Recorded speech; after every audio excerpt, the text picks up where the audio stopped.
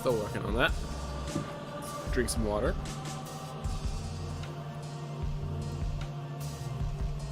Ugh. Gotta wait for 20 seconds. 20 seconds seems to be right around. Wow. Camera capture way over there. Huh. Alright. Hey everyone. Welcome back to some more Rogue Legacy 2 speedruns. So as you can see, I have a little capture. So when I press the button, you can actually see what I'm pressing.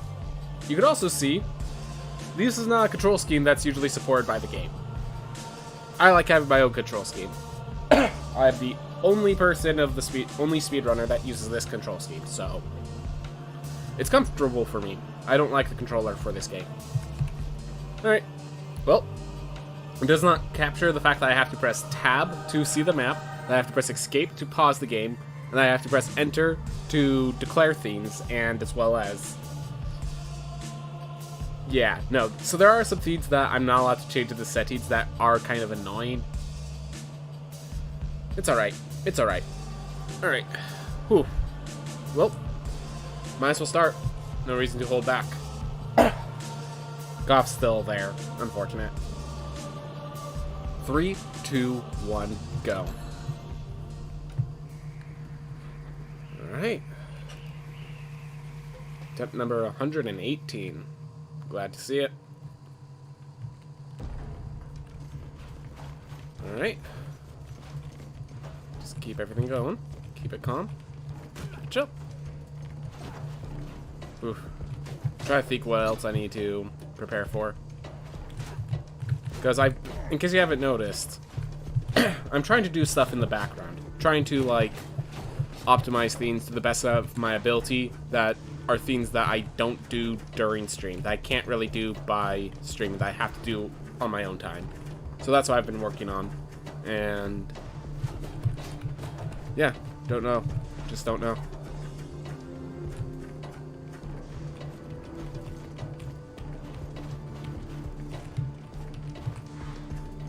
Alright, well, we just keep going. Just keep going.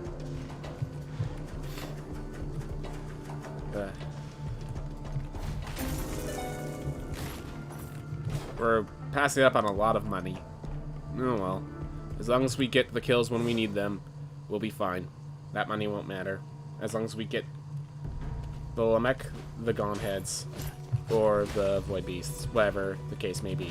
Whatever route ends up being taken. Well, that's the top early on. So, good to get this teleport now. Wow. It's like I'm not forced to cough, but, like, my throat really doesn't like itself right now. Whew. Somehow I kicked off of that and didn't take damage. Don't ask me how. Got a little lucky with my positioning there. Without the air dash, that room is scary. But guess what we got now? Unfortunately, we haven't... I was going to say, unfortunately, we haven't explored much of the castle, but we've already found 2 of the things we're looking for. All that's left is Book and Lamek.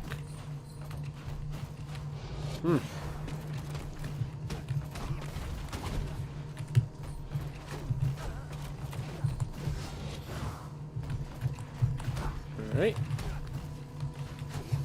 Ah. Go. That one was actually an okay time. That was nice.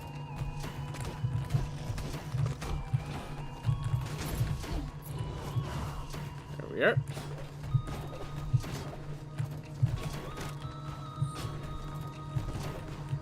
Just keep it moving.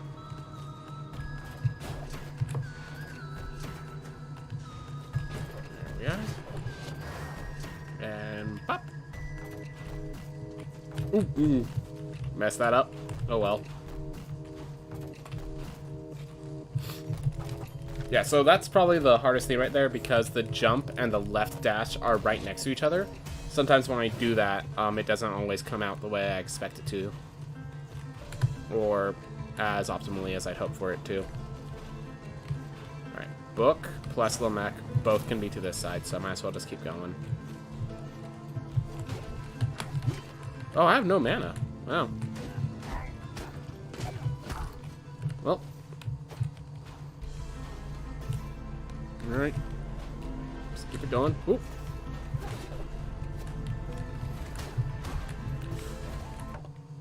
Alright, well, we found the path to the right, which will allow us to explore the Stygian study if we want. The problem with that is that means we don't know where the book is, we don't know where Lamek is. Neither are preferable outcomes. We want both to be known. There we are. Just had to find a way up. Awesome. We have Lamek. And so we'll kill Lamek and then check on the book. We're going to come out of the room where Lamek is, so might as well pick up that later. Oh. Well, made a mistake. We have 1 pip of damage. I can handle that. Oof.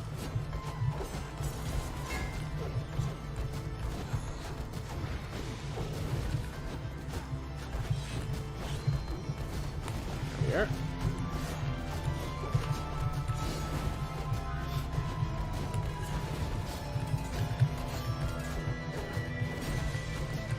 Oop, that's the end of that phase.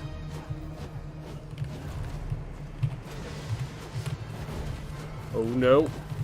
Ooh. Alright, found the hole. That was a little fortunate. I had time to figure it out and took advantage of that time.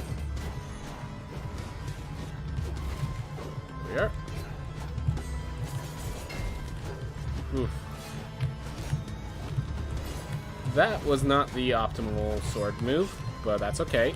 We're still doing alright.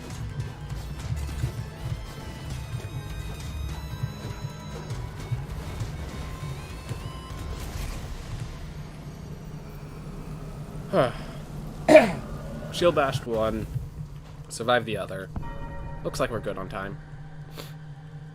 Alright, so we just need to find the book, which hopefully is just that room above us.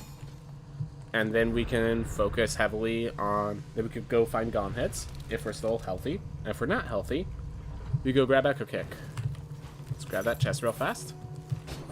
Still 600 gold, unfortunately. 600 gold from... So in case you're worried what I say by 600 gold. 600 from being able to purchase the Architect at minimum.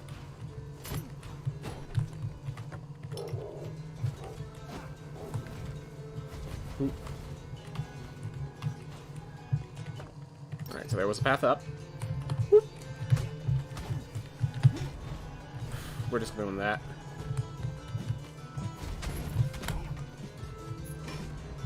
Gotta be very careful. Oh, that's a dead end. Alright. Well, we found Murmur. That's nice, actually. In case you're worried, the reason for these time stops is because even though it loses me time, it is a lot safer than just barging head first. So I just wanted to put that shield up because I was very nervous about the fact that that thing was still around. Maybe take the Rage Tincture, see if that helps us much. Wow, that's the right, and that's the big right room that we usually try to avoid. Here we go. Here, left. Alright, found Gone Heads. And 157 health is no different from 200 health against this boss fight, so... Oof. Alright, well, we took no damage. That's the important part. Definitely not optimal, but that's okay, because...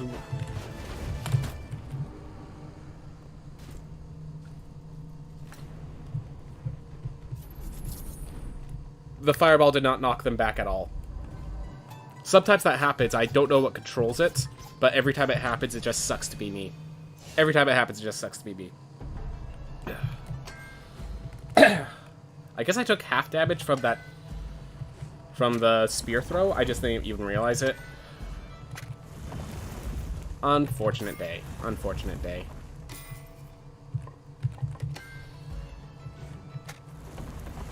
I know for a fact we didn't get a leather weapon, because I kept my eye out for it. And we're just gonna buy that in case we want to go that way, but not yet. We definitely don't want to go that way yet. Alright. Well. Recovery run. Recovery. We need quite a bit of gold before we can purchase the Architect. Or before we have any significant boosts. Like, I think this person only deals 1 more point of damage per hit. Or 2. Technically 2, because its strength is +1. Oh, +2 strength. Alright, still not significant enough. We still need to find book. I think once this happens, we kind of give up on Gaunt Heads, because that can only make things worse if we mess up again. But I do want to find book, so I'm still going up. But once I'm done going up, I head to the right and just say, hey, let's go solve that issue. Alright? Alright, so we have this entrance at the very least. At least we have this entrance. But we do not want to spend time here because we don't have Echo Kick to recover. We don't have a lot of things.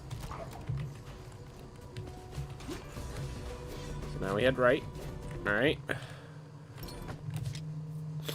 Head back to the entrance. So we're recovering this run. We are recovering. We are just trying to recover. Not exactly what you want to hear, but sometimes you just gotta admit it. Because if you don't admit it, that makes you fall further behind.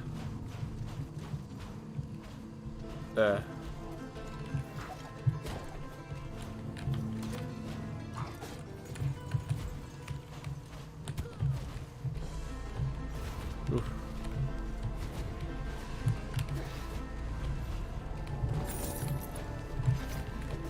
Alright, did we get a good wet item? Nope.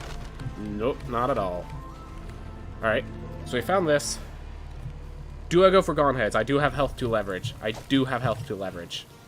I think that says yes, because that just said, hey, even more health to leverage. Yeah. Not the kind of run you want.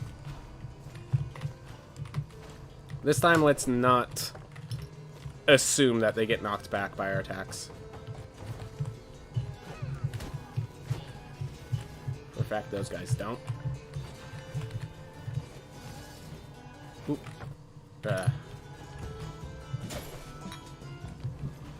Defeat all enemies, that's okay. We're gonna pass. Well, 25 damage is the acceptable. This was just to a chest. We're gonna grab the gold because it could be useful if we have to do a backup, but that was a waste of our time, unfortunately.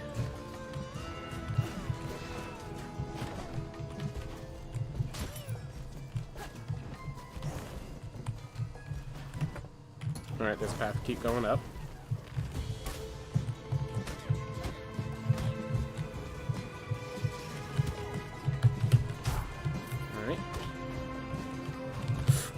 Alright, well, that's the lesser of the 2 damages. And we have an apple to help heal ourselves up so we can keep going. Alright.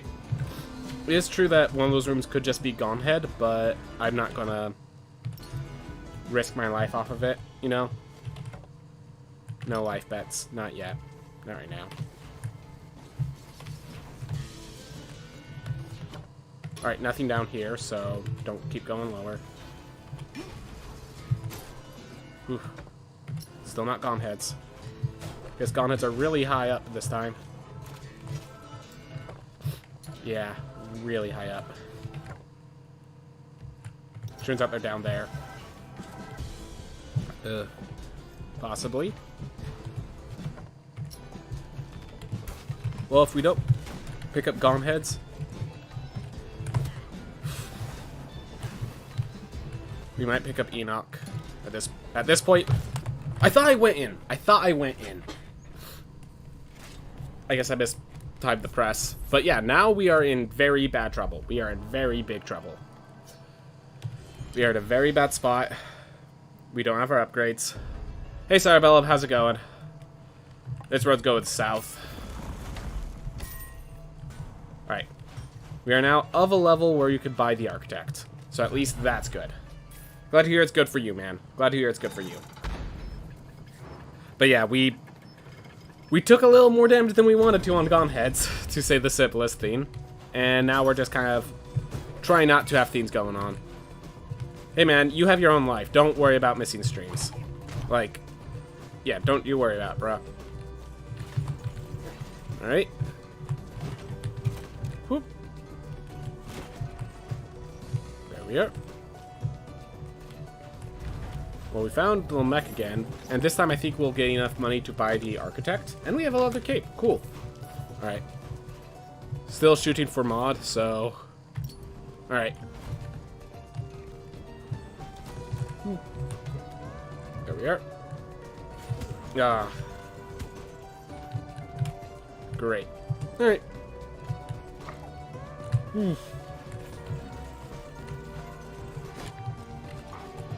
So if that's the bottom, this thing goes way high up, so... Well, on average it goes... Gabe doesn't like being friendly today.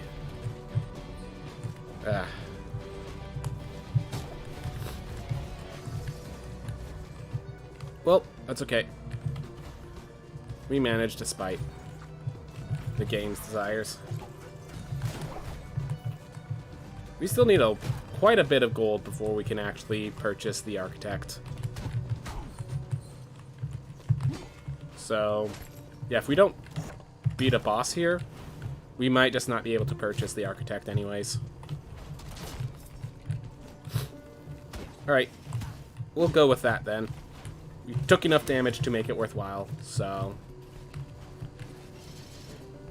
I nearly actually died with that dagger. Alright. At least we get kick. We're a bit behind. Bits. But... at least it's taken care of.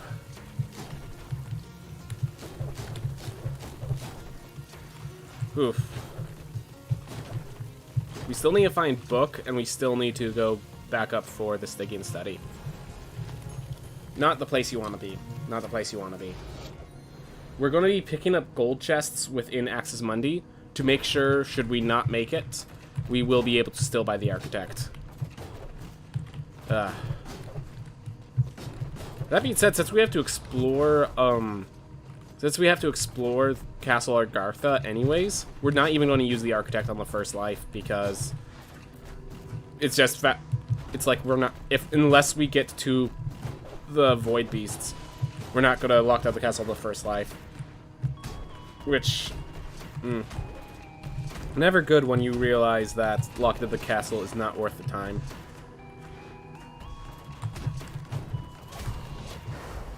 Oof.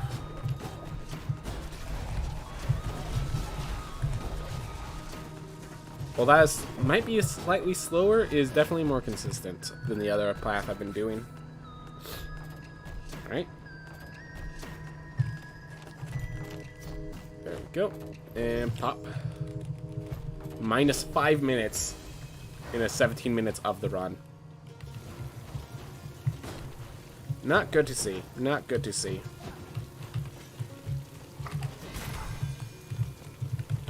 We're taking this. Scholar weapon, nice. So we have good equipment, but we have no money for said equipment. Okay, note to self, only take the ones that don't involve a detour. There's enough of them in this area that I can do that. I can hold myself accountable. Alright.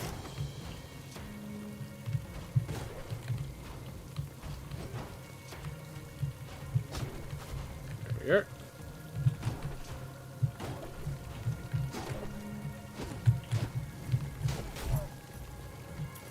Whew. Full health, so that's good.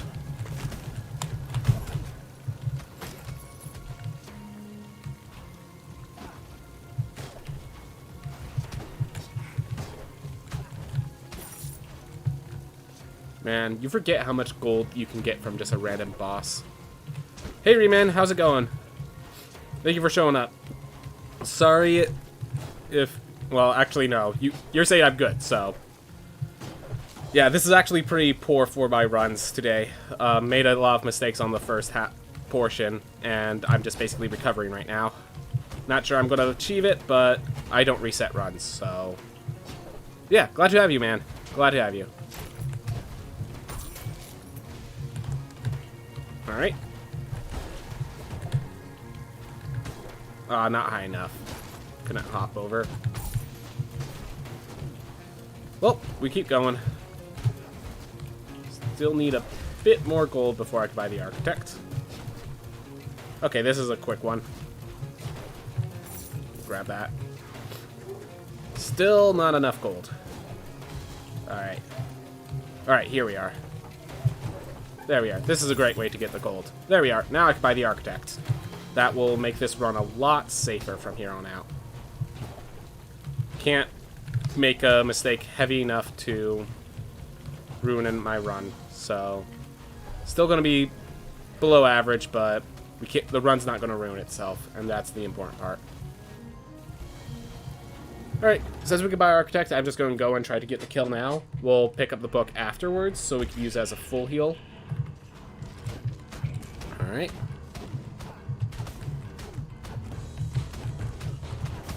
There we are. Awesome.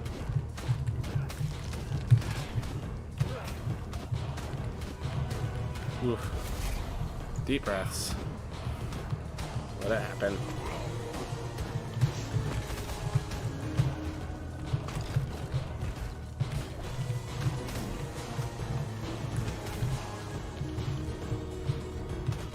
Aw.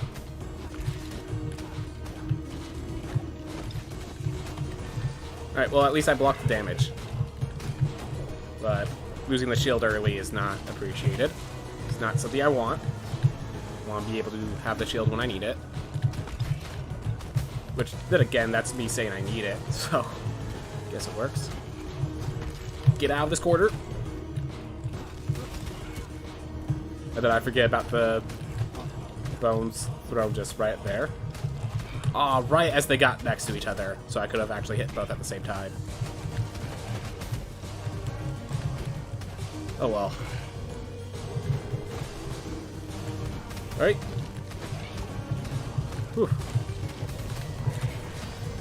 Shield blocked it, at least, so... And then let him jump into my face. That's okay. That should be enough to kill, so I can just don't do anything stupid, and Voidbeast's health bar is done. Ooh. Don't be stupid.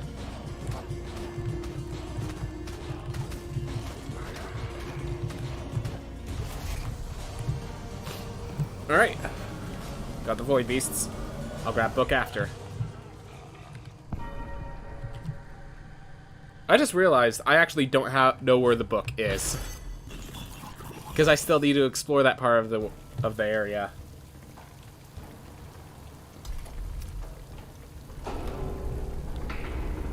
Going to be quite the work. Oh well. Didn't want book anyways. Alright. Well, I have enough money. How complete is the game now? There are 2 areas that they still... Ezekiel, there are 2 areas that they still need to add to the game. The Sun Tower and the and there's an area below that they also have to add that they haven't done yet. So there's still a lot of things they need to add. In addition, there's reason to believe there's some stuff down there that there might be an area below that even. So that's a possibility. That'd be cool. So there's those. And then so let me put it this way. The developers stated that they plan to get the game fully released by mid-August, though given how things have been going, I'm going to say they're probably going to delay it to make sure they get everything they can. As of right now, there is more in this game than there was in the original Rogue Legacy, so I'd still recommend this is a great game to buy. but there's still work to be done. But yeah, the fact that there's, like, all these sort of things, I am patient. Glad to hear. Glad to hear. Whew.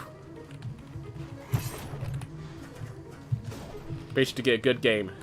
Alright, we found Far Shores. It was right there. We just needed to not die to that random fireball, and we'd be good. Hey, wargs! I appreciate how friendly you are. Yeah, wargs, in case you haven't noticed, are the means to take a lot of damage out of nowhere.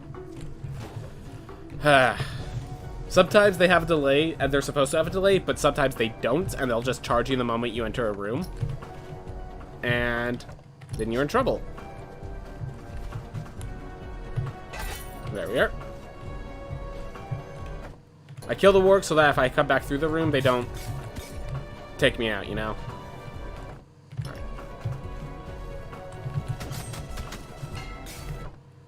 So yeah, so we have that lily. We're trying to find one more lily plus Namaz chambers.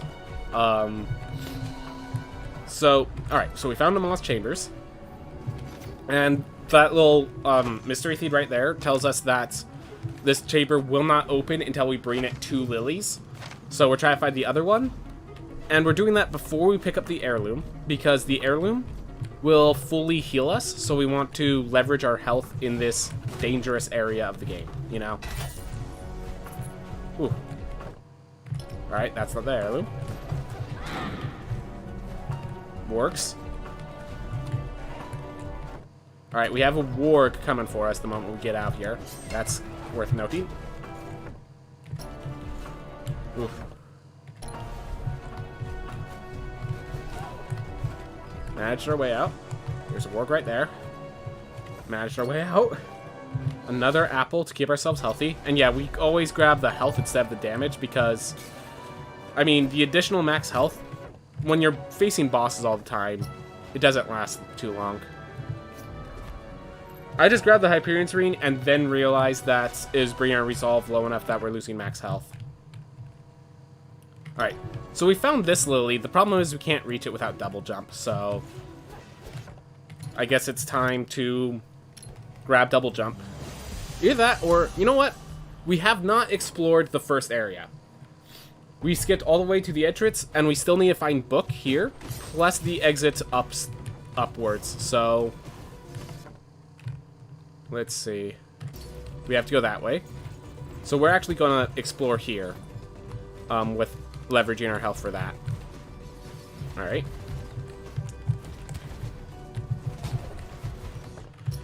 Unfortunate.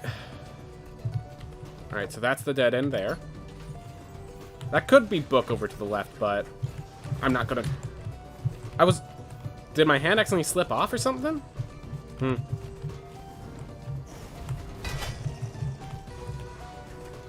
Don't charge. Darn it. Okay. Oof. And this is a dead end. Alright. Well, we're at 35 health, so let's go back and grab the theme that I need. Huh. Alright. I see... Alright. I will be reading the comments once my character dies. When my character dies, there's a moment where the in-game timer stops. So I can focus on that. So I can focus on comments more. But right now, as you can see, I'm low on health. In addition, I've been like maneuvering how things are visible on my screen compared to your guys's. And to make sure the timer is big enough for you guys to see, it has to be even bigger on my screen. And it's blocking up the comments, so I have to wait until I need to move it later, basically. So I'll move it when my character dies, because that's a time where the timer stops.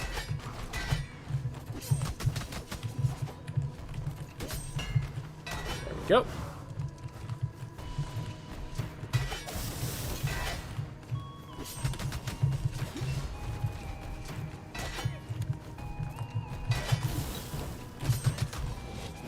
Awesome.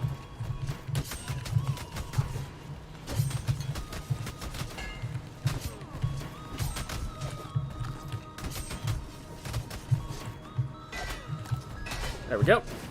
Got myself fully healed, so that's good. So now we just fish up this heirloom. Oof.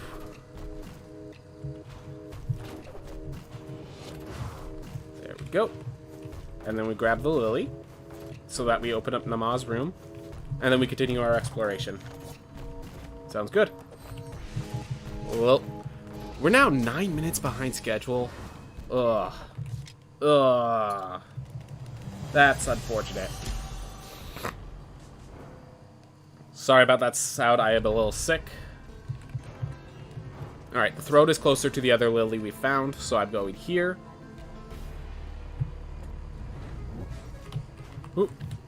Alright. We grabbed all the apples on the way here. Did that because the projectiles were coming out. I wasn't prepared for that, the trap.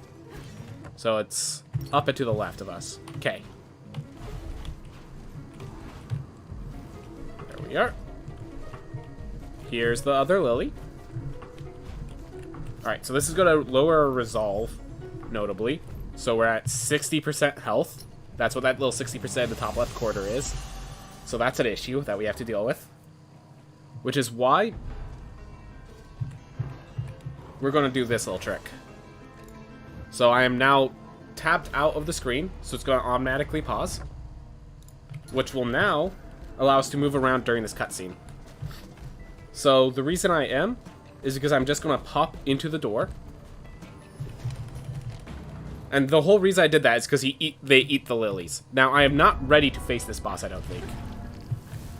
Am I? Yeah, no, I'm not ready to face this boss currently. The reason being is I want to get a lot of items first. And so the reason I did that is because it took the 2 lilies, which were the reason my resolve was at 60%. So that's back at 80%, which gave me 50 more max health to handle. And we're going to use this max health to go explore the rest of the castle and basically get all the areas cleared up so that we could then do a big boss rush character, basically. Because some characters are better at fighting bosses, some characters are better at exploring the castle, and I want to finish exploring the castle first so that I could grab a boss rusher for the next character. You know. Alright. So we still need to find book, and then we need to find the top. That's the 2 things. Alright. Alright, well, we found this instead.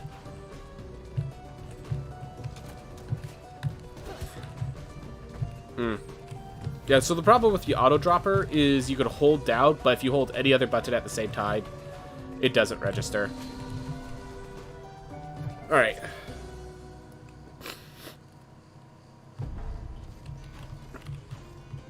There we are. Just keep it moving. Oh, we have double jump now. Awesome. Whoop. Avoid these hammers deal something like 100 damage just for running into them. Because this is the last area. Woo. Awesome. So we're going to try to find gone heads, which are generally way to the left. We're picking up this because we always know there's an apple in this room right here. We're heading generally to the left because that's where gone heads is. We don't know how far to the... Well, we found Murmur. That's nice. All dead ends here. Oof. Not the safest rooms, but rooms where we did not take damage, so close enough to safe. Alright. There we are.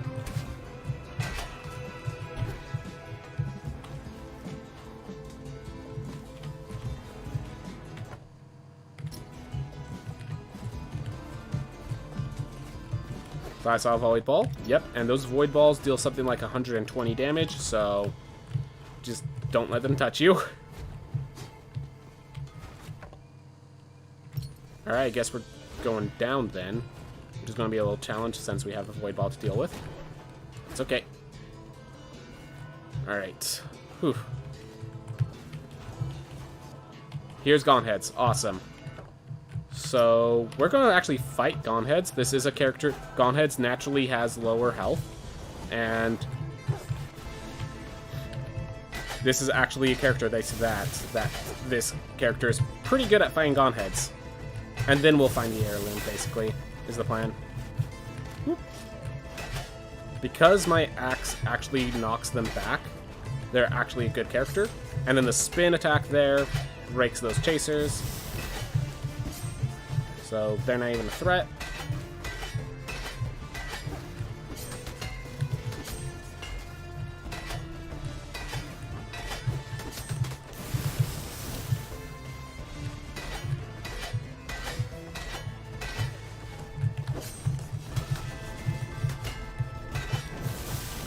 Finish it off. Yeah. Whoop. Got it done. Awesome. It's gonna be great. And I just now realized that you guys are scrolling the chats way above where I could see it, so I gotta start reading them again soon. Alright. It is a good game. No stress. My biggest worry for RL2 is that its difficulty will be lost or toned down because more and more casual gamers are leaving comments about it and feedback. I'm not even worried about the difficulty being torn down. I am worried about the puzzles being lost. The little strategy themes that they have. There's certain themes where it's like, they give you a hint, and then you have to solve something based on the hints. And people will just never figure that out. And that's why I'm afraid of getting lost. Alright. So, like, there's a way to get damage boosts on all of the major bosses. And I'm afraid we're going to lose those. Alright. Alright, we gotta wait for that slime trail to clear. And I realized, so I just moved the theme so I could see. I just realized I can now not see some of the older comments. So many comments I still need to read. Because I skipped out for a bit, and now I'm getting punished. Alright. We need to go this way and up. Alright, looks like we're going back up. Let's to the right this time. Alright. I see why I was scared of this room last time. Why I didn't want to bother going through here more than once. Alright.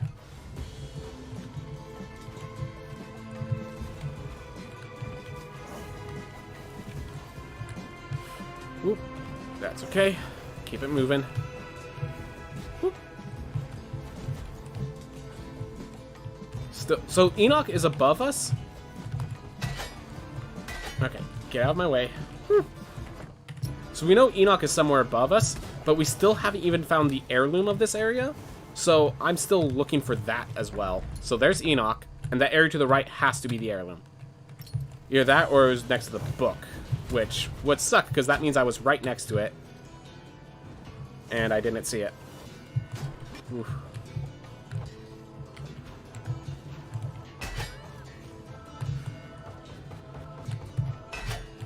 We're just doing that. I only get so many shouts, but worth it. There it is. There's the heirloom. Awesome. So this character has the heirlooms. It has all the areas discovered. We just need to face Murmur. We need to face Nama. We still haven't found the book. This character still has to find the book before he finishes his job. Wow. Or she finishes her job. My apologies. Just walking into walls like that. Oof. Again, I think I lost a few comments, but I'm just going to read what I can. Those things are old for a reason. Many found that games were too hard for them, so game devs thought to decrease the difficulty in general to widen the audience. Some games like Hollow Knight, for example, will make a hard game with one difficulty setting because they believe that there's one way to play their game. As making it easier would mess with the experience. Will the devs do what Team Cherry did, or did what everyone else does? Well, I'd say Team Cherry is not alone in making one difficulty setting. It's just like, personally, the best version of difficulty was Celeste, because they had the hard mode, effectively, what the game is, and then they had the assist modes in case you wanted to, to make sure everyone else got a chance to play the game as well. Read it in order, lol. I guess I missed one big one, so I'll have to read that later. My apologies. Alright. But yeah, unfortunately, I cannot read it given how this thing is set up without me just, like, exiting out of the game and pausing and just leaving a bunch of time for me, just a bunch of time loss, which I'm already... God, I'm minus 11 minutes! Ugh. I'm already minus 11 minutes. Alright. So, did I find the book? No. Alright. We're gonna go find the book.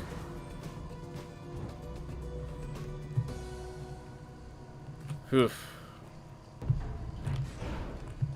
It could be directly to the left. That would be great. That would be great. But anyways, I'm now in a position where I can read everyone's... Beautiful. Thank you, book. Alright. We're gonna grab Murmur, because Murmur's a pretty easy fight. And then once we're done with Murmur, we are going to go into the book, use the healing from the book to beat Enoch, because Enoch is the best for the Barbarian. And then we're gonna just do Naman when I can. Anyways, right flashing warning as always. There's gonna be red orbs in this next room. And whenever I destroy the red orbs with my shout, it's gonna cause a bright flashing light that could hurt people's eyes. So, fortunately, there's not gonna be many shouts, but shout. Ooh. Ooh. There we are. No. Aw. Alright, well, that's the one damage I'm allowed to take from this boss.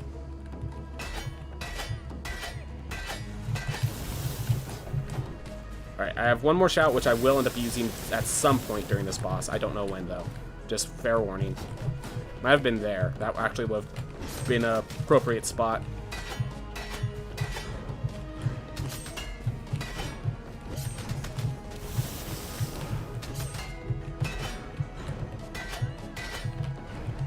There we are.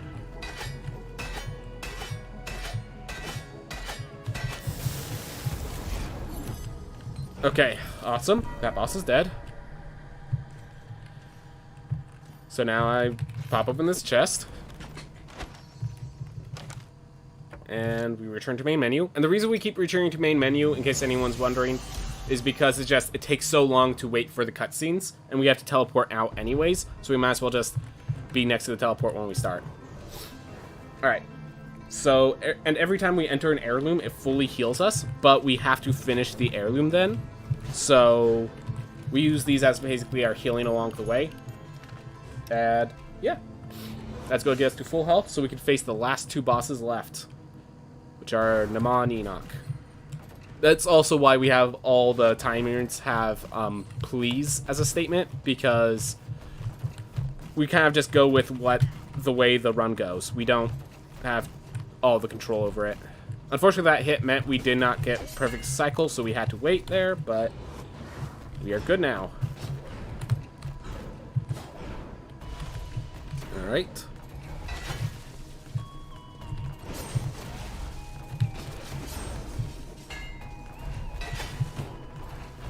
Here we are. Full health.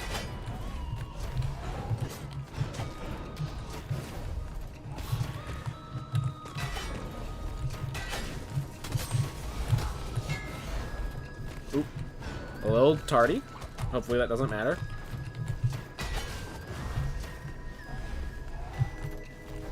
There we go. Got that taken care of.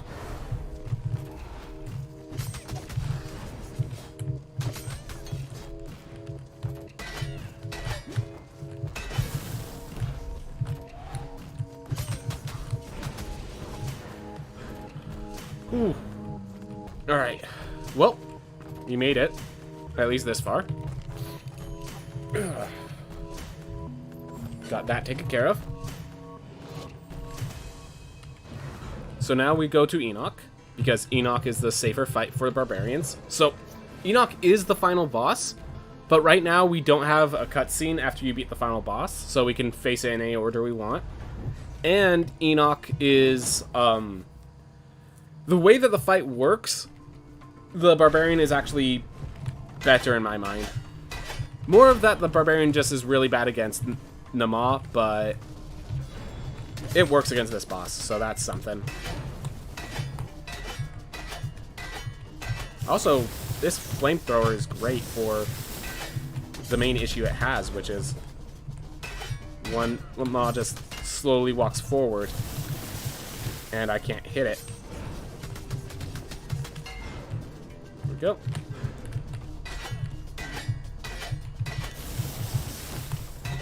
This is actually, yeah, this is the perfect barbarian spell for Enoch. Because Enoch walking forward is the main reason I can't just sit here and keep smacking him.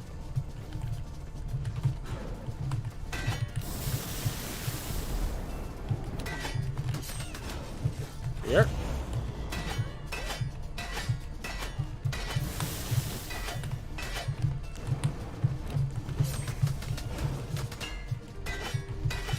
Ooh.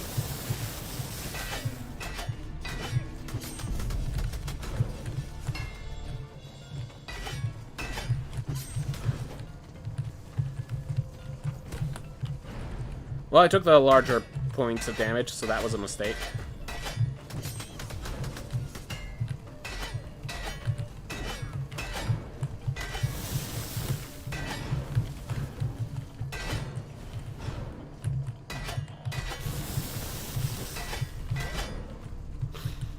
Alright, just wait for all the projectiles. Let's use that to finish him off. Alright, there we are. Part 1, Phase 1 completed. Let's now take care of the other part. Whew.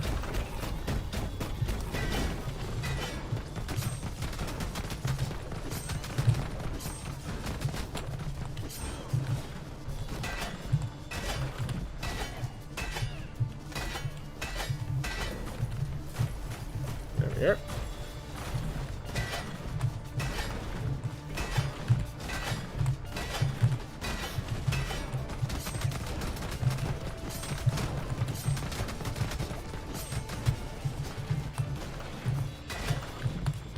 So in case you're wondering, I've tried to make sure when we're doing that jumping theme that we're drawing Enoch towards the center, so that if, no matter which attack Enoch uses or where I am compared to Enoch, that I'm in a good position.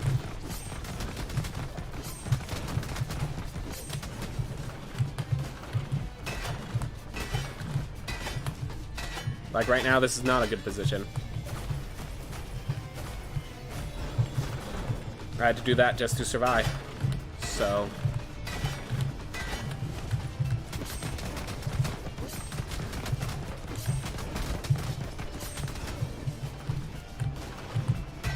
oh. Well, that's okay. Made one mistake in that phase. We're at pretty decent health. We have only Nama left. And hey, this character has a Hyperion's Reign, so it might be the character that gets Nama. It could still be the character that gets Nama, despite having no ways of healing.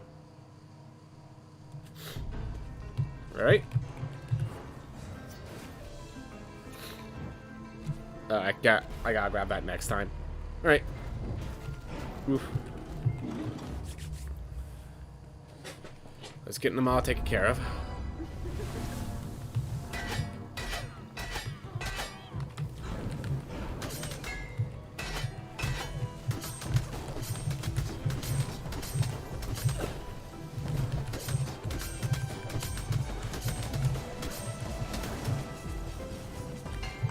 Right.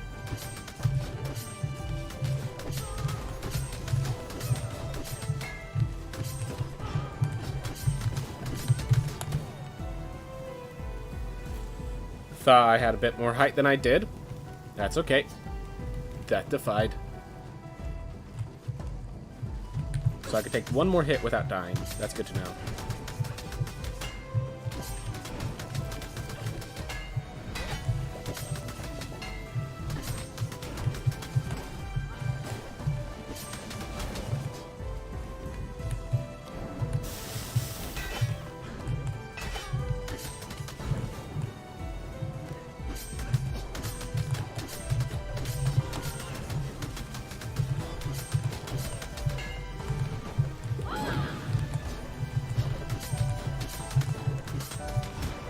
Oh my gosh. Well, there's all the damage I could take. I haven't even found phase 2 of Nama. So this character's probably not going to pull through.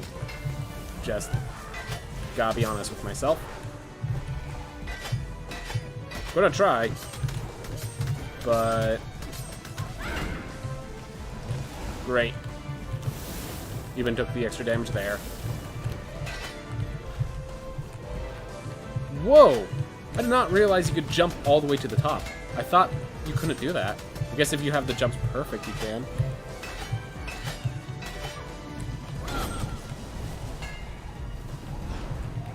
Never knew that.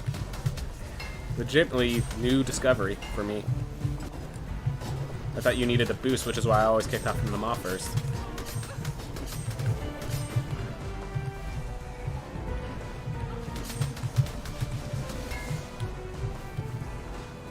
Yeah.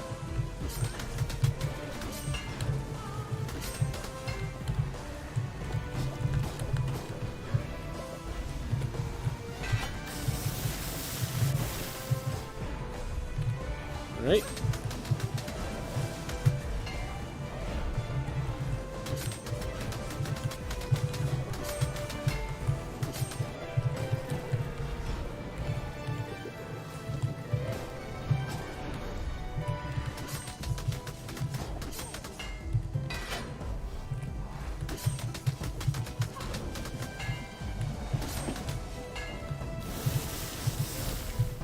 There we are. Awesome. Actually got it. Actually got it. Whew. 50-31. Gamer. Yep. At least I pulled it.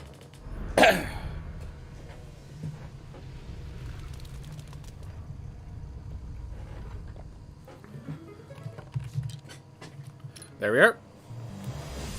So, that was a 45-33 in-game time. Alright. That's something. Thank you, Lady Ashley. Thank you for clutching it like that. Alright. Let's see the comments that people were talking about. So, some of the comments that I missed. Rogue Legacy 2 is probably my second or third top Metroidvania game after Super Metroid and Hollow Knight. Two amazing games, man. I have played Hollow Knight. I do actually want to add that to the games that I run, but there's a lot more work there. Yep, good game, no stress. Alright. Also, that puzzle life stuff will be taken out as well, because many players are blaming the devs when they don't understand something they were meant to read about. Something that made me really love this game was how old it felt, with its little to no hand-holding and high difficulty. Yeah. The puzzle-like stuff, God. I hope it does not getting taken out. I know there was a talk about when you beat the Void Beast Bareth. They're planning to have a picture portrait for that, but I don't think they're just like taking out puzzles in its generality. Because that, if they just take out puzzles in their entirety, then this was all a mistake. All this beta testing stuff, like that's, you're talking about Echo Kick? Yeah, that was one. Are they taking out all the stuff in there? I know they're adding the wisp to that room so that people know that the wisps can only be hurt by echo kicks, but hopefully it's not just sitting there. That's gonna be sad if it is. That's gonna be so sad if it is. I hope the game doesn't just get worse because people couldn't handle it. Huh. I mean, forums are there for a reason. People have access to the forums if they need it. That's my general argument.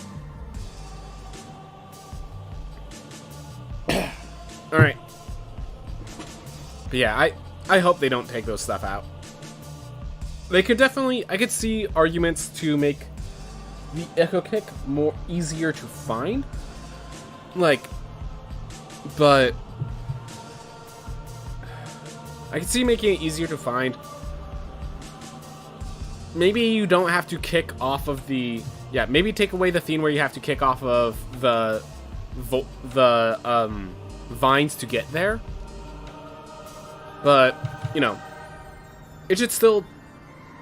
I don't know, I love the design of that so much. The fact that I had to work my way through it felt good.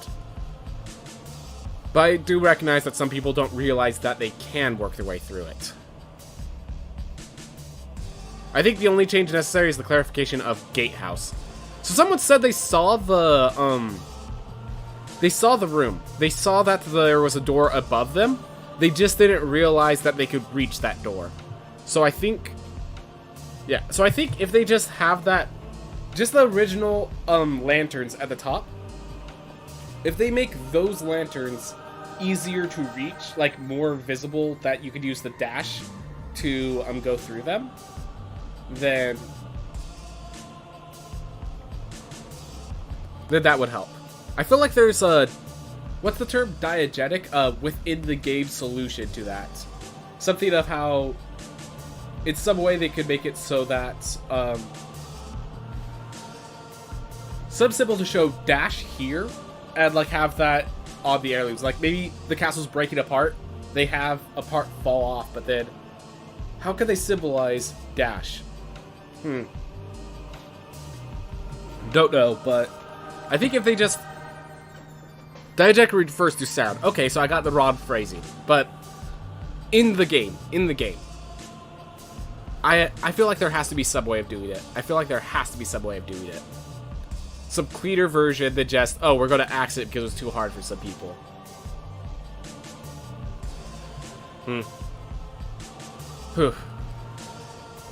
3, 2, 1, go. Yeah, because it's like, look, I understand that they have to make it easier for newer players, and I do recognize that the Echo Kick is quite a brain teaser. But I think, so I'm going to say this. There's a certain level that you're not, like, sorry, Bell, but I think you were around when I told the story of the easiest A I ever went to as a class, and that people still failed that class. So there's a certain point where you have to just accept that people aren't going to succeed, and it's not your fault as the developer. And I think that whole phrase of people have to read to understand what's going on is the line you draw. It's discoverable without reading, if you just really try. And if you read, it tells you what to do. I think that's more than enough.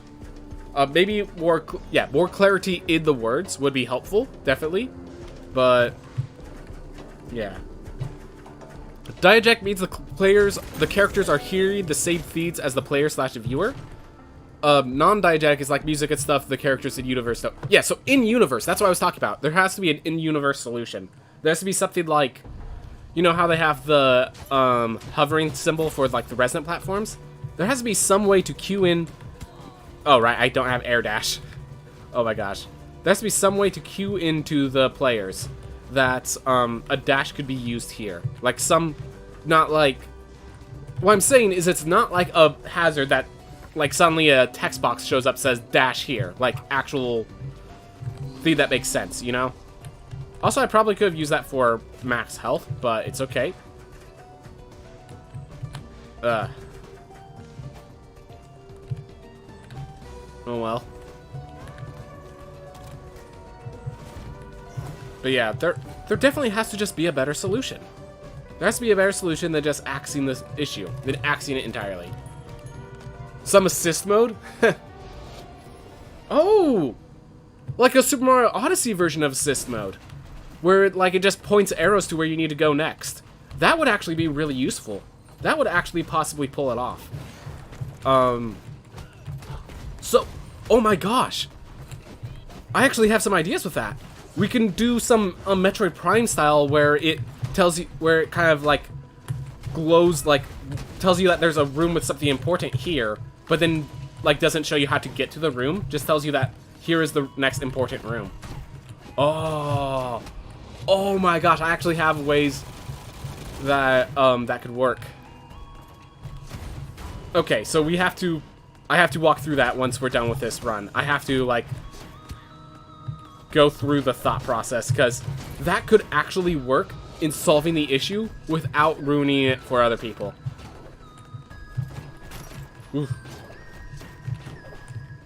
Because yeah, I think the moment the person was told that they could get through Access Mundi to the next area, with the tools they had on hand, they were able to do it. They just didn't know they had the ability, so they didn't try. So, knowing you have the ability, that only shows up if you have the ability.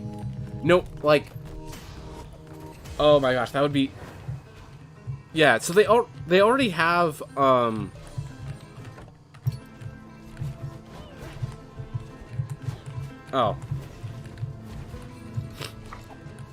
They already have some things in line, so with the cartographer trait, I think it is already possible with the tools they have on them. Alright, so this is a long walk to this doorway, unfortunately. There was no avoiding that. Oof. Hopefully it's worth my while.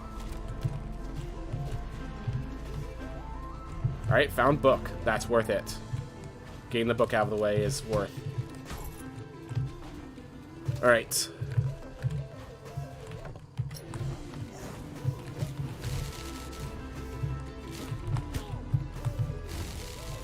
There we go. Ugh. It's actually better to return main menu because I don't want to fight through all those vides again. Alright. And yeah, we're just going to go right from here. Because Lamech could be anywhere. And the only place... We already faced all the things we need up except for the Stygian Study. Catalyst is great. Basically plus 15% damage against bosses. Nice input overlay. Thanks, man. Worked on it. I know someone wanted it, so I did it. Wasn't too hard, but was having enough issues that I couldn't do it the first day I tried.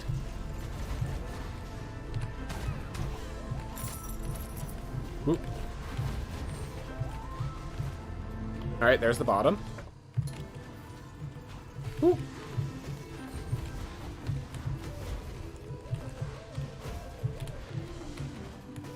Ah. Oh well. How did you get that, by the way? It's, I think the download's called No Board. N-O-H board.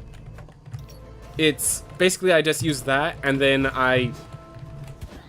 has the ability to add and remove elements to it, so I just removed all the elements of the keyboard that I'm not using, so... Yeah, it took a little work, not gonna deny that, but... Yeah, it wasn't too hard, actually. The way it works is pretty straightforward once you get to it. Ooh. Oh, it was you that asked? Well, yeah, don't worry, I do it for my viewers, so... Alright, we're now going to teleport back up to the book. Can't do anything about bad map. Can't do anything about going the wrong directions in said map. Gotta take care of that. Do that after this run. Whoop. Alright.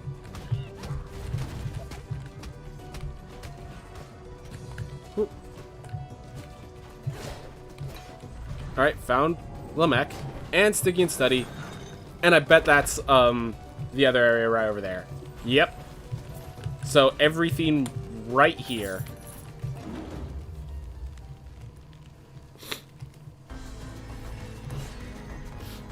Clearly, by one direction, I was missing everything. Alright, well, no longer capable of taking damage from Lamech or I die, so... That's news. That's not usually how things work. But we're gonna play it extra safe because of that. Because the last thing we want to do is have to go through the castle all over again. Right as we finish going through the castle. Whew. Whew. You're capable of taking damage! Congrats! Congrats on your immortality! Not how that works, though.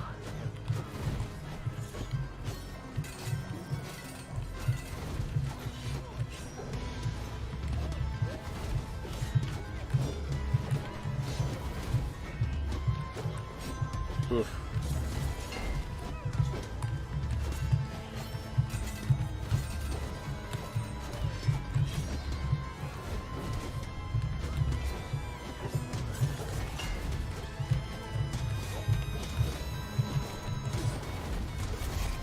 There we go.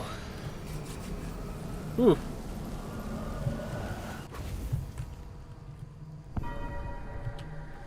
Awesome. So we're plus on time, but that's mostly because we just had a bad castle generation.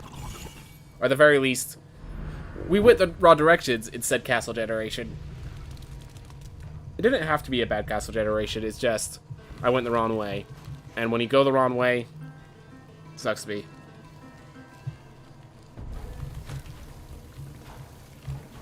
Ooh. Alright.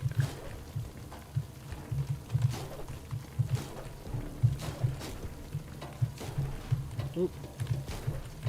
Ooh. Press the down key a little too fast, it seems. Alright. Whew. Did not take damage. That's the important part.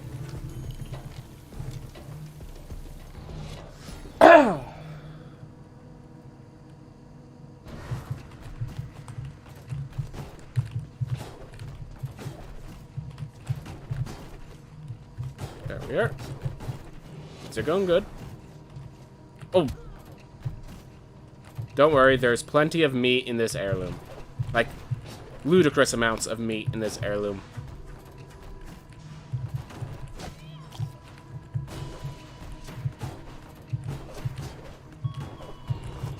Hmm.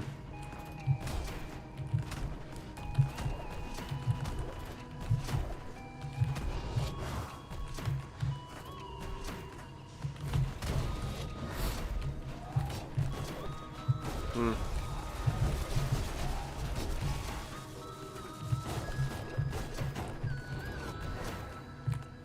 Whew. You know, the meat is a small example of lowering the difficulty. I liked pre-meat heirlooms better since the no health theme made it seem more significant.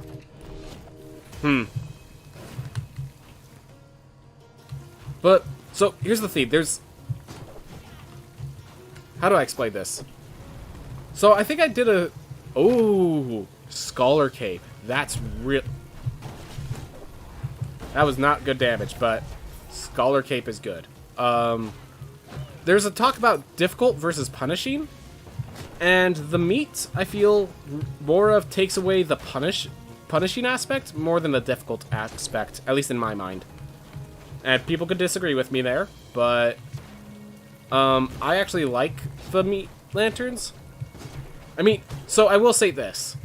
It turns them from a challenge to more of a tutorial, which, for some people, that is the challenge, and turning it into more of a tutorial is not what they want, but, like, I'm just saying it's a different design choice more than it is a mistake. Like, it's not them, like, nerfing the game, it's just making this portion, like, you're more likely to come out at full health.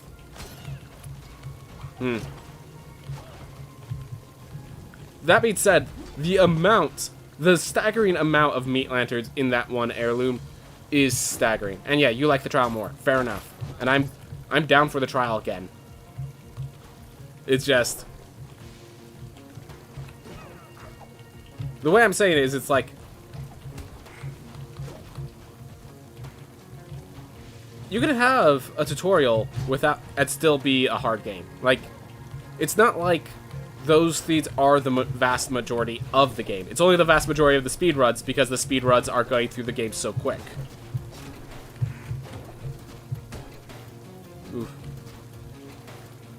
So, like, yeah, you have every right to be disappointed that the trials are becoming tutorials, but I don't think it's a...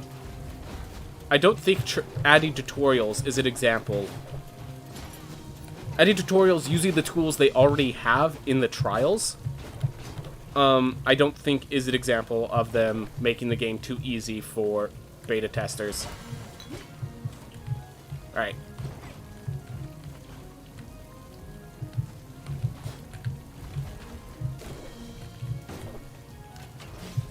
Because, yeah, I think that's the theme. They realized they needed a tutorial, and they had these challenge rooms that could all easily be adapted into tutorials. It's not exactly that they were removing the trials, it's they needed a tutorial, and this was an easy way to do it. When it comes to tutorial for a free item versus trial with a reward at the end, I like the trial more. guess you have the point. Wow, how did I miss like 3 comments? Wow. It's not like you hid them or anything. Just for some reason I missed 3 comments. My apologies. My apologies, Cyrebellum. I have no idea how my mind just lost over 3 additional comments on top of that. Huh.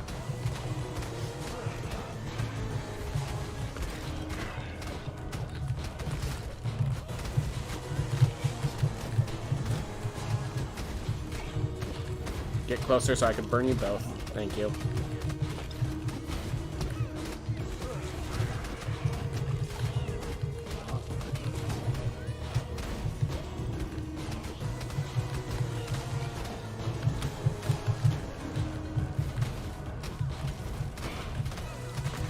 Oh. Oh well. We get burn them both. That's something. To make me proud.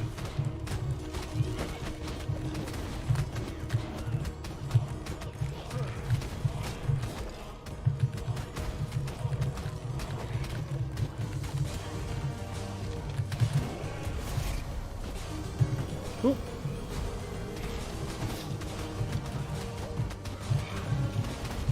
Well, we are very low health totals. But we are not dead. I can maintain the old road because if I can find quick far shores, I'm good. There we are. So we did not go the Gaunthead routes, unfortunately, but that's okay. We have the gold we need. Yep. But yeah, in summary, I'm okay with the tutorial version. But the trial with a reward at the end felt daunting, cool, and just like something I've never seen before. When you make it easier and more forgiving, it becomes just this tutorial that has little to no significance. Fair enough.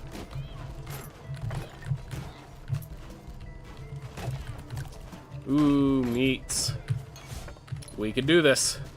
Just need to get early far shores and we're good. Ooh.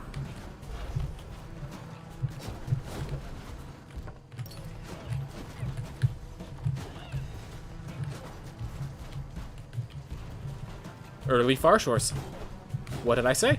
We just needed this and we could keep going. Awesome. That's awesome. Early far shores. Good day today. Good day. We don't have to worry about buying the architect, so that's already taken care of. Yeah. These are going good. We unfortunately still have to do the top portion of the map, but at least it's not as devastating. Alright. Oh my gosh.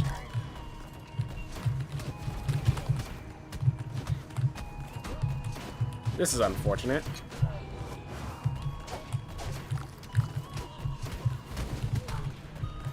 It didn't die after 2 hits at a fireball. That is not something I was used to. I expect them to die after the 3rd hit coming from the fireball. We are now back at the low health we were when we started.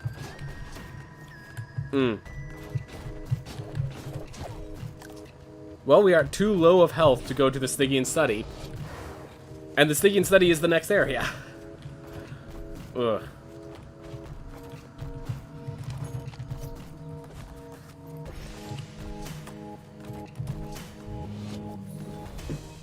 Sorry about that. I know people don't want to see that, but I'm getting sick and I need to get rid of that.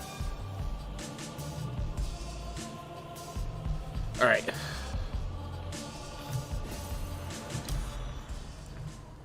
Oh, because gone heads. That's why I'm like, alright.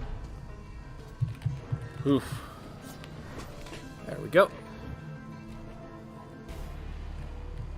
So we don't have book. We know where book is, but we haven't picked it up, so can't go there.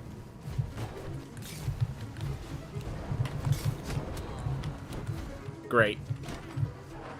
Alright. So our goal is find the maw and the lilies, and then just... Well, we got some money. We got some money, and we got where we needed to before we died. So that's the important part. Run looking decent. Yep, just decent. Okay. Those two heirlooms are too good to pass up.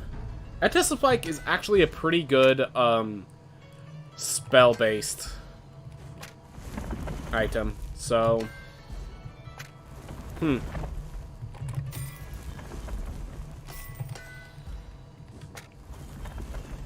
Alright. It is worth noting we're going to be pretty low on resolve. Especially since we're about to buy the... Yeah, we're already at 130 resolve. And we're buying the Scholar Cape. I don't think I could take the Leather Helm because the reduction in resolve would actually make things worse for me. I would actually lose health by putting that on because it would lower my resolve so much. Alright. So because our resolve is so low, we're actually going to go up to the Stygian Study with this character first. Because the lilies will lower our max health. So we're actually going to take this character over to the Stygian Study. And the throne is the easy entrance there. You say Stygian weirdly. I bet I do. I say a lot of things weirdly, honestly. Melk, for example. I say Melk as if it has an E in it. Alright.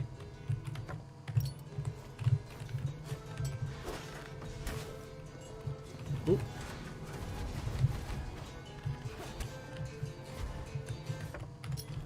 There's a lot of places to be going, and I'm going the wrong ones, but that's okay, because we are now moving on up.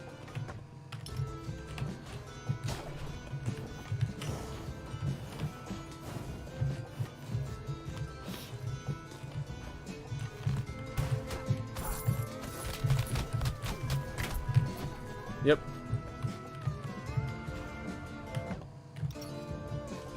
Ooh. Wait for all the fireballs to dissipate. Wait. Alright, so it keeps going. Thank goodness. Alright, found Enoch.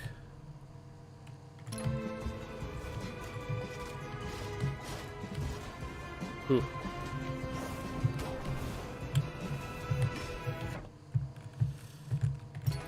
There's a big room with a bunch of directions over here. Ah. I'm just trying not to hit that Doomvest while checking that path out. Alright. Whoop. Oof.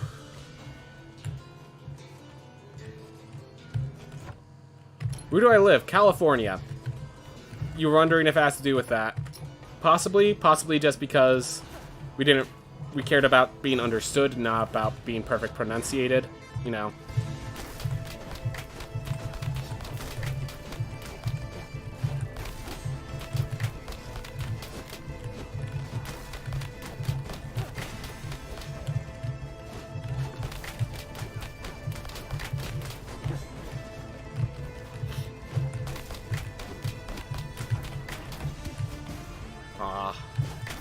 Well, it's in the 105, so we survived one more hit, and then we also have the Hyperion Ring, so we should be fine.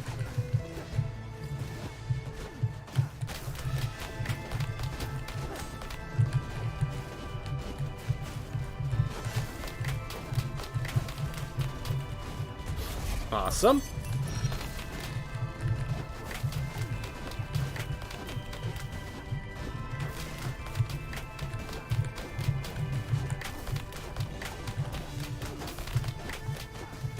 There we are. Have I ever played D&D? Have I ever played D&D? This channel used to be my YouTube channel used to be a Dungeons & Dragons channel before it was a Rogue Legacy channel. I was playing D&D for years. I was the head of the Dungeons & Dragons club at my college. So yes, I have played D&D. I have played D&D. I was hoping to make D&D part of this channel. I just haven't found the ability to, because like the whole reason I had Fridays off was because that was my day I played D&D, and now those are Sundays, which is why I have Sundays off. Like, you're starting your first session 0 tomorrow? Awesome. Dude, awesome. Tell me if you need any advice, any help, but, like, I'm sure you'll do great. I'm sure you'll do great. Think about D&D, as long as you say as long as you say what you're saying confidently, you're correct and you're doing awesome. That's generally something I've figured out. Just be confident in your statements, and usually it pans out well. But yeah, dude, glad to hear it. Okay, here we are. So I think I still need to find Murmur, and I think that's it. And then I have, well, the other area. My character is a rock gnome named Frog. What was my first character? So okay. So I've been playing since 3.5, before 5th edition was even a system. So my first character, gosh, this is a story. Oh, I accidentally messed up some feeds. My hand was off the keyboard. The U is pronounced like a oo. Alright, so Grug or Frug. Alright, got it, got it.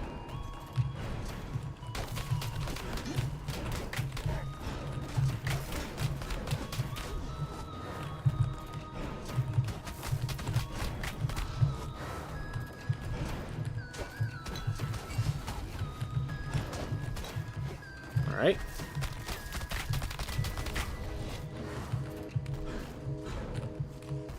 Alright, so yeah, I've been playing, so in 3.5, the system was so complicated that my friends could not understand it very well. So they actually added me to the group so that I would get interested in the rules and then I would teach them how to play. That was actually why they added me to the game. It was pretty funny. But it also led to some weird complications. The thing was, I was not a good DM at the time. At least at the time, I was not a good DM. So my first successful DM game was actually at the release of 5th edition. So but yeah, that game's amazing. Game is so amazing. I know this is ambitious, but my DM said I should go for it. And if your DM says go for it, then go for it. I have a backstory with a Warforged named SAMM, who is being played by my brother. A tinkering gnome and a robot. So much good stuff, man. So much good stuff. Dude. I've seen some... Dude. Yeah, there's been... D&D is great. I don't want to tell my stories too much because I don't want to, like, try to overshadow you, because, as I said, I've been part of a club. If you're talking about crazy stories, I'm sure we've run into them a dozen times in my games, just because I've been part of so many games heading a club. Anyways, bright flashing warning. As we all know, the red orbs over here explode into your eyeballs. And I don't want eyeball shrapnel stuck in you guys, so be careful. Bam.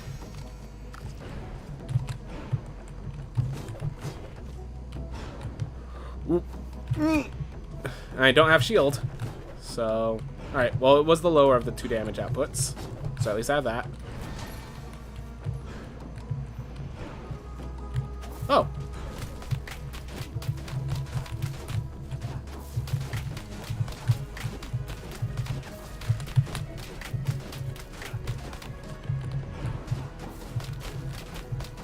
Oof.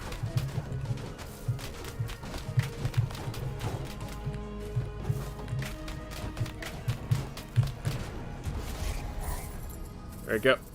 Sam is oh, so SAMM, Sam, stands for Stealth and Murder Machine. Beautiful name for a Warforged. Beautiful. Alright, again, I have to do this. Sorry about this.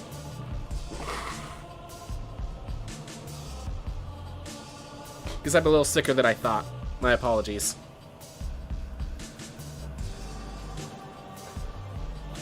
Glad you like it. Yeah, dude, it's a way more ambitious. Yeah. My DM thought it was a little tacky, but stuck like glue. Hey, man. My first character... my first character back in 3.5, his name was Ben with 2 N's. Note, if you go to my YouTube channel, you'll know my name is Ben. So it was the most unambitious name possible. Like, slightly less ambitious. If I just named it after myself, it would have been slightly less ambitious. So, like, yeah, no, a good name is a good name. A good name is one of my best characters. Their name, they were a dwarf by the name Door, spelled exactly like you would expect Door to be spelled. Door was a great character. And then they created a character named Hodor for Lord of the Rings. I had no idea about it, but apparently it has a very thematic and familiar title as to where their name comes from. Pretty cool. Totally never watched, or Game of Thrones, that's where Hodor is from, but turns out they were very familiar in their backstory, and Door was created before I knew about that, so I still stand by my own original idea. It just so happens that's so good that other writers took it as well. I don't blame him, George R. R. Martin. I didn't copyright it. No, I think he wrote it before I did that. I just didn't know he did, you know? Alright, so I have the 2 lilies. So we just need to find a maw. Is this character good to fight? I mean, it has a cloak. It has a good looking cape.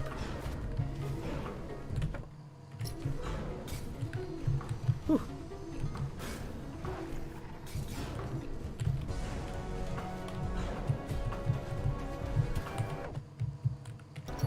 Alright. Thank you for the damage, so now I can guarantee that this character should retire when he's done. But I have enough health that I'd say he'll still finish the task. I appreciate the exact position he's in then. Alright. Or not. Or not. Alright, we're getting up because Namah's never directly to the left, so... Thanks, Wargs. Thanks, Wargs. There's Namah. There we go. Alright, so after I'm done with this run, it looks like we're going to be telling just a bunch of D&D stories, because you don't know much about the game. I only know to expect a lot of zany stuff. So, yes, zany is the name of the game, not by intent, but by consequence. We'll have to go through that in just a bit. I have no idea where I should start, though. Gosh. Over on my channel, on my YouTube channel, if you look for it, there is the story of the ballroom assassination. That was a story. I had a plan, and then the players were like, nah.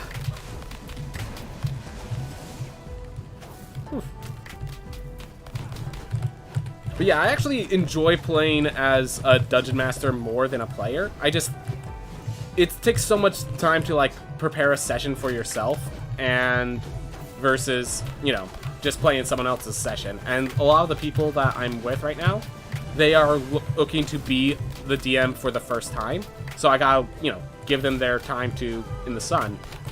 So it's kind of funny. It's one of those few cases where I'm, instead of being a forever DM, I am the guy looking to be the DM again. And I haven't had the opportunity to. Which is usually the exact opposite of what people are dealing with.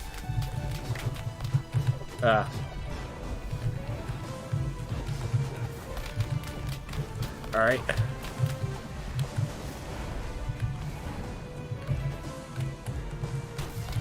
Whew. Yeah. The DM is just, as I said, it's a thing of, once you have enough confidence, it's the greatest role.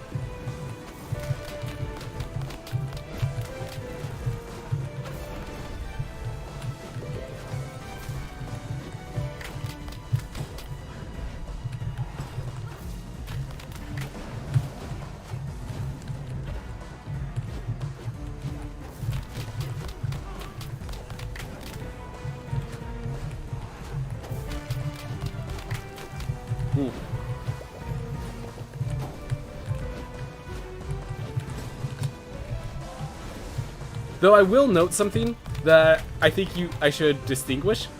When I say once you have confidence, notice I don't say once you have skill or experience. Once you have confidence. That's the important key of DMing.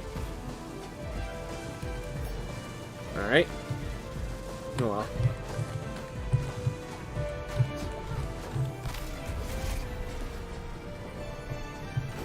Oof. But yeah, I hope there's going to be some great stories for you. So, I'll walk through my stories once I am done here. We're going to just retire the hero here. Let's grab someone who's, like, built for Enoch. Like a barbarian. Or someone with better sword damage, because definitely the lack of sword damage, I could feel it. Icarus Wings 2? Just really quick. Ah, nothing. Nothing worth.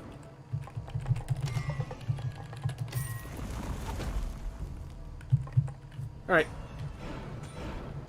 Here we go, barbarian. You have Icarus Wings, which means you just spin to win, and you win. If the damage output is high enough. Man, can't wait till the spin attack actually gives mana. That's the one theme this is missing. Yeah, with Icarus Wings, this barbarian's actually good against Nama. And usually that's my issue. Alright.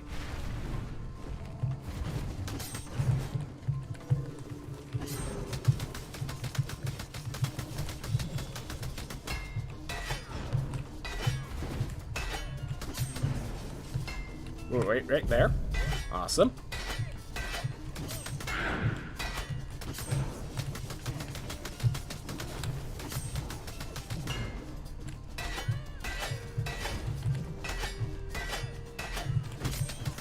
Oh, this is not where I want to be.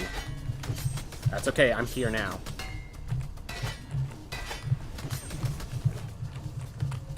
As you can tell, why I don't want to be here.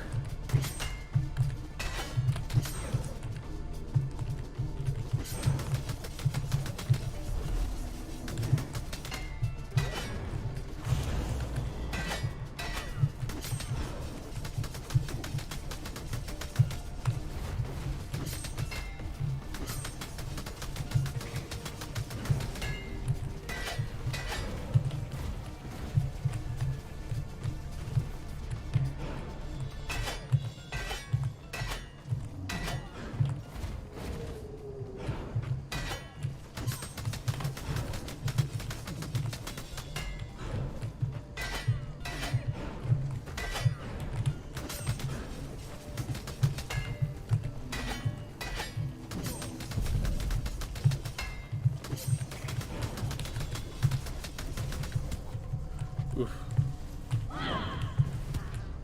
Great. Come on. Oof. You know the new Artificer? I'm planning on being one of them. Oh, the Armor Smith. Alright, alright. Subclass is known until the book I got ships. Oh, subclass unknown until the book get... So you still don't know what you're playing. It's a good... Don't worry, it's a good archetype. So I don't actually have too much experience with the Artificer, because it always just felt like... At least...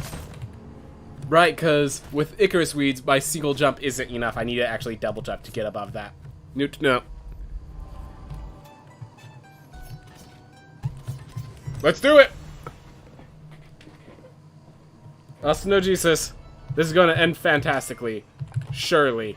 Surely nothing no bad ideas came from picking Ostenogesis during a speedrun. The armor version of it... Oh, you're saying you don't even know what the Artificer is. Okay. Okay, that's different. That's different than just not knowing what your subclass is. Yeah. So I have only very little experience of the Artificer. And my general feeling is it's just like... Oh, you know what it is, just not the subclass. Alright.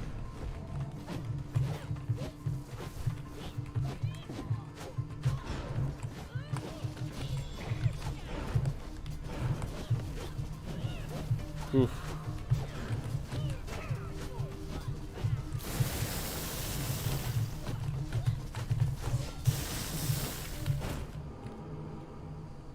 I shield bashed, it just didn't come out in time. I wouldn't pick it if I didn't know anything about. Good, good. I just looked at my timer and realized I never picked up the book.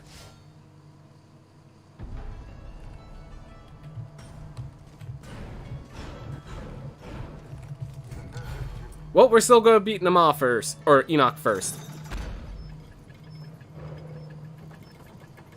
But we never picked up the book. At least we know where the book is. At least we know where the book is. Alright. My DM has a neat outlook on being a DM, where fun overrides the rules where it need be. Yep, basically how most DMs work. Yep, that's the proper DMing style.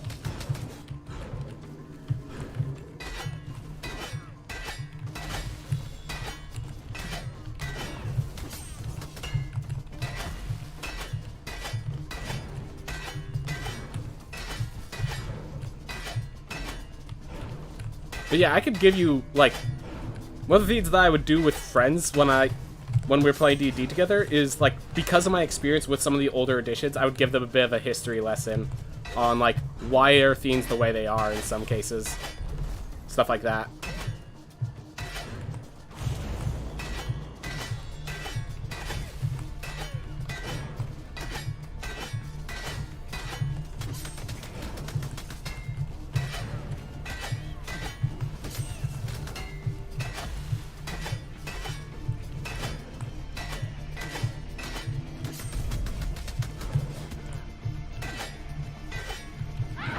Gonna use that.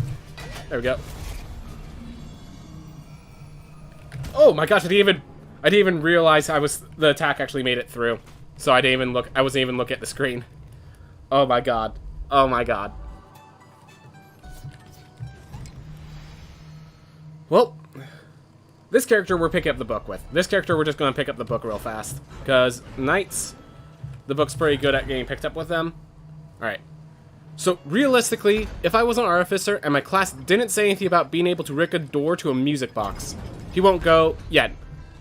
No, that's what the game is. The whole point of the artificer is it's a lot of, yeah, no, that's how you're supposed to DM. It's just, why, it's less of a why would you and more of a why not. So there are some limitations, like, for example, there are people that, what's the common trope that they use for abuse? I use prestidigitation to heat 1 cubic area. I heat the inside of the enemy's inside to boil their blood. Like, that was one of the examples of, like, no, that's not going to be allowed because, yeah, that one breaks things. But, like, just like doing some cool inventions and contraptions, that's the point of the artificer. That's the point of the artificer. So, yeah, it just sounds like you have a good DM. Alright. And so there's actually a theme that the newest versions of Dungeons & Dragons are super rules light compared to the previous editions. And I can actually talk about that in a bit. Ooh. Because, as you're saying, the whole why not instead of the why is so important. Alright.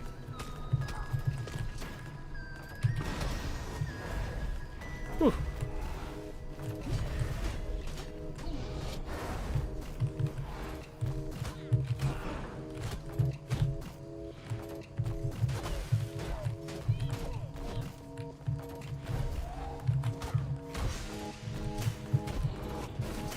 Right.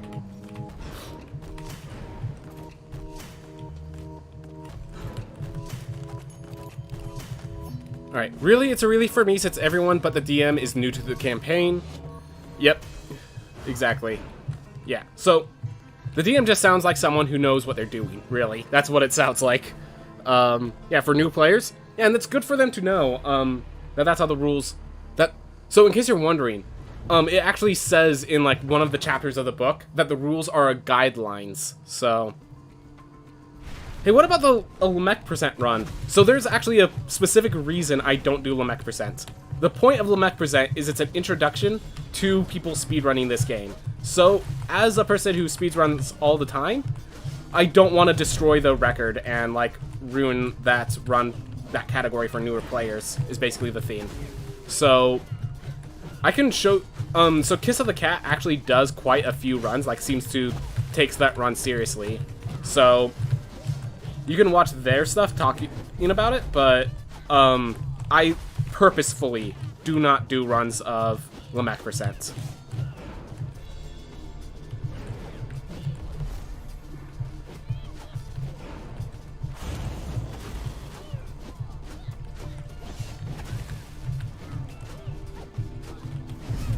Oh, I thought I was out of that air. I was out of the area, just... I guess I got hit by the chaser? I have no idea what happened there.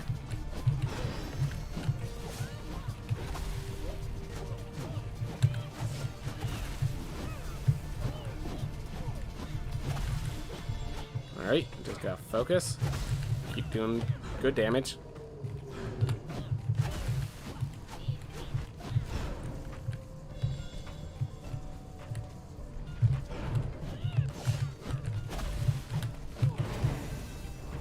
Low enough on health to do it like that. Alright.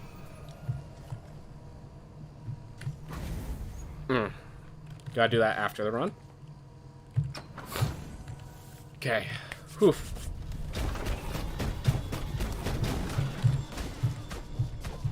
So the problem with this is... yeah, the boss freezes instead of taking the damage boost, so it ends up being not worth... so just doing that kind of shows you why it's not exactly worthwhile to slow down the fight with that when I should be...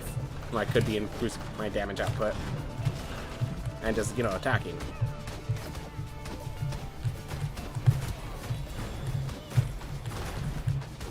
So the only point of the freeze frame is as an escape hatch, basically.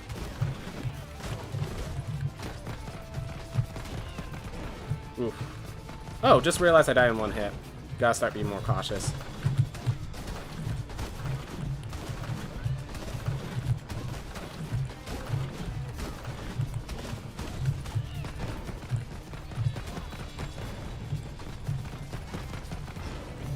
Oh well.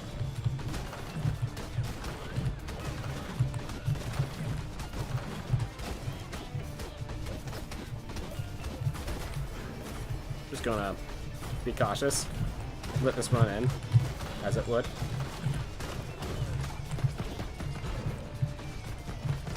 So yeah, if you freeze the boss while they're doing this attack, they'll just constantly spew out coins without, like, stopping at all.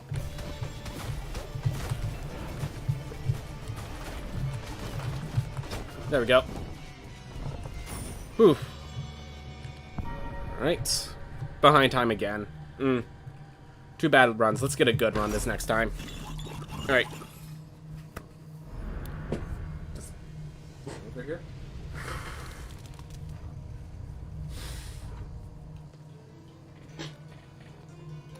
Alright.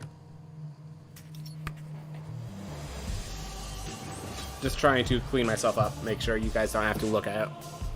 41:58, not a sub 40 in game time.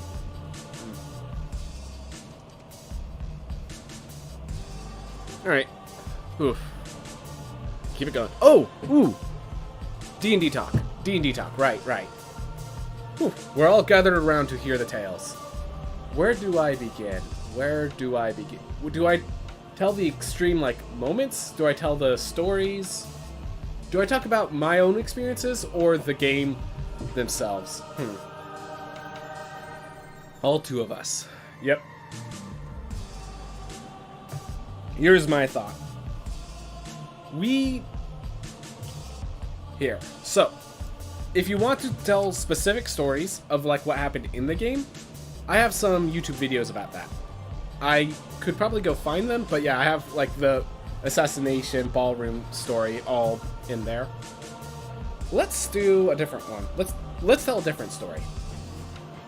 I'm going to tell you the story of how I got into D&D, like the campaign itself, things of that nature.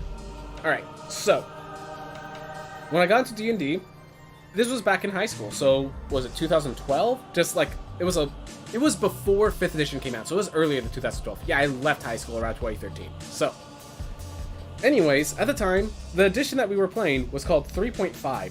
There was 4th edition at the time, but nobody talks about 4th edition, so I never even heard of it until I googled it up later. So, with that, I remember they decided early on, I'm going to be the cleric. I'm going to be the cleric. No, that this person's going to be the fighter, this person's going to be the mage, I'm going to be the cleric. That was just decided right off the bat.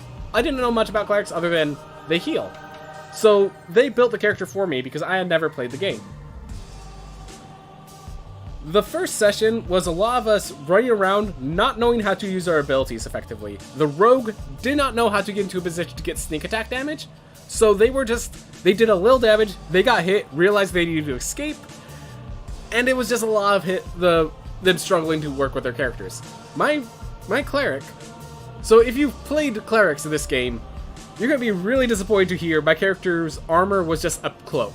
I had an AC of like 11. For people that haven't played Dungeons & Dragons, the worst clerics still have proficiency with medium armor. They have proficiency with, and most clerics, especially in 3.5 specifically, all clerics had as much armor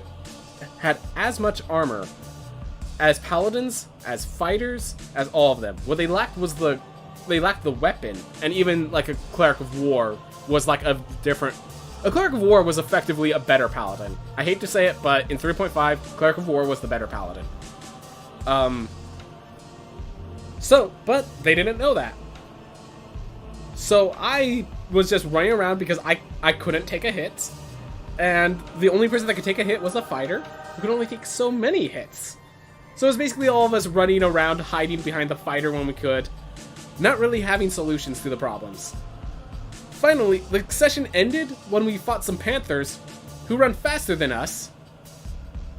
And the panthers, for whatever reason, were going around the fighter to the cleric who was hiding in the water and just started pouncing at him. So, yeah, the first session ended with my character dying. Because, yeah. Were you guys, like, trying to min-max damage and stuff? No, we were trying to play the game. We couldn't do anything.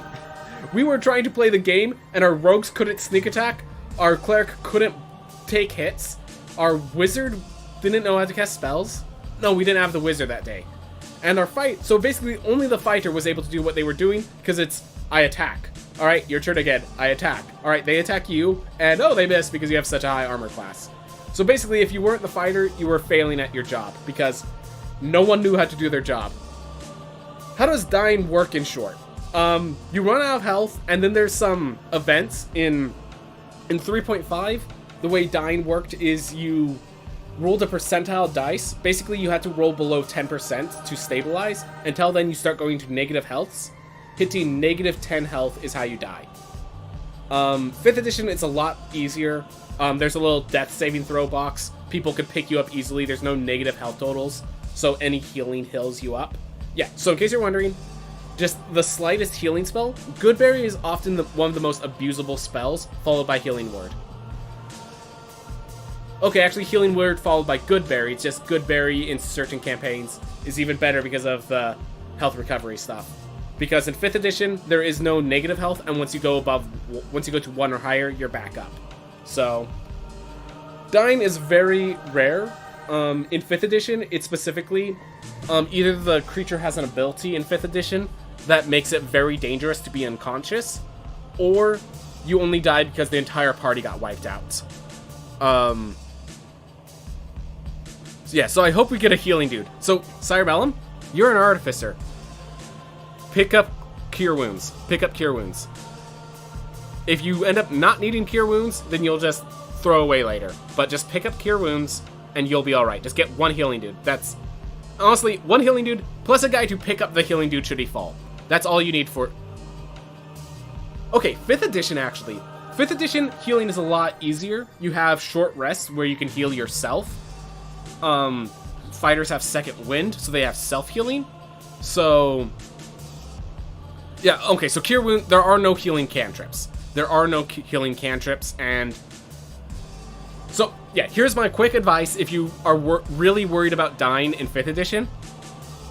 Look at your inventory, see if you have 5 gold to spare, and buy a healer's kit. Before you start the session, buy a healer's kit.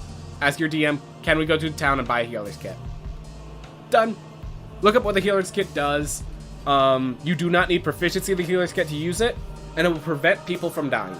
They still might fall unconscious, you might lose the fight if you're not prepared, but with the healer's kit, you're good.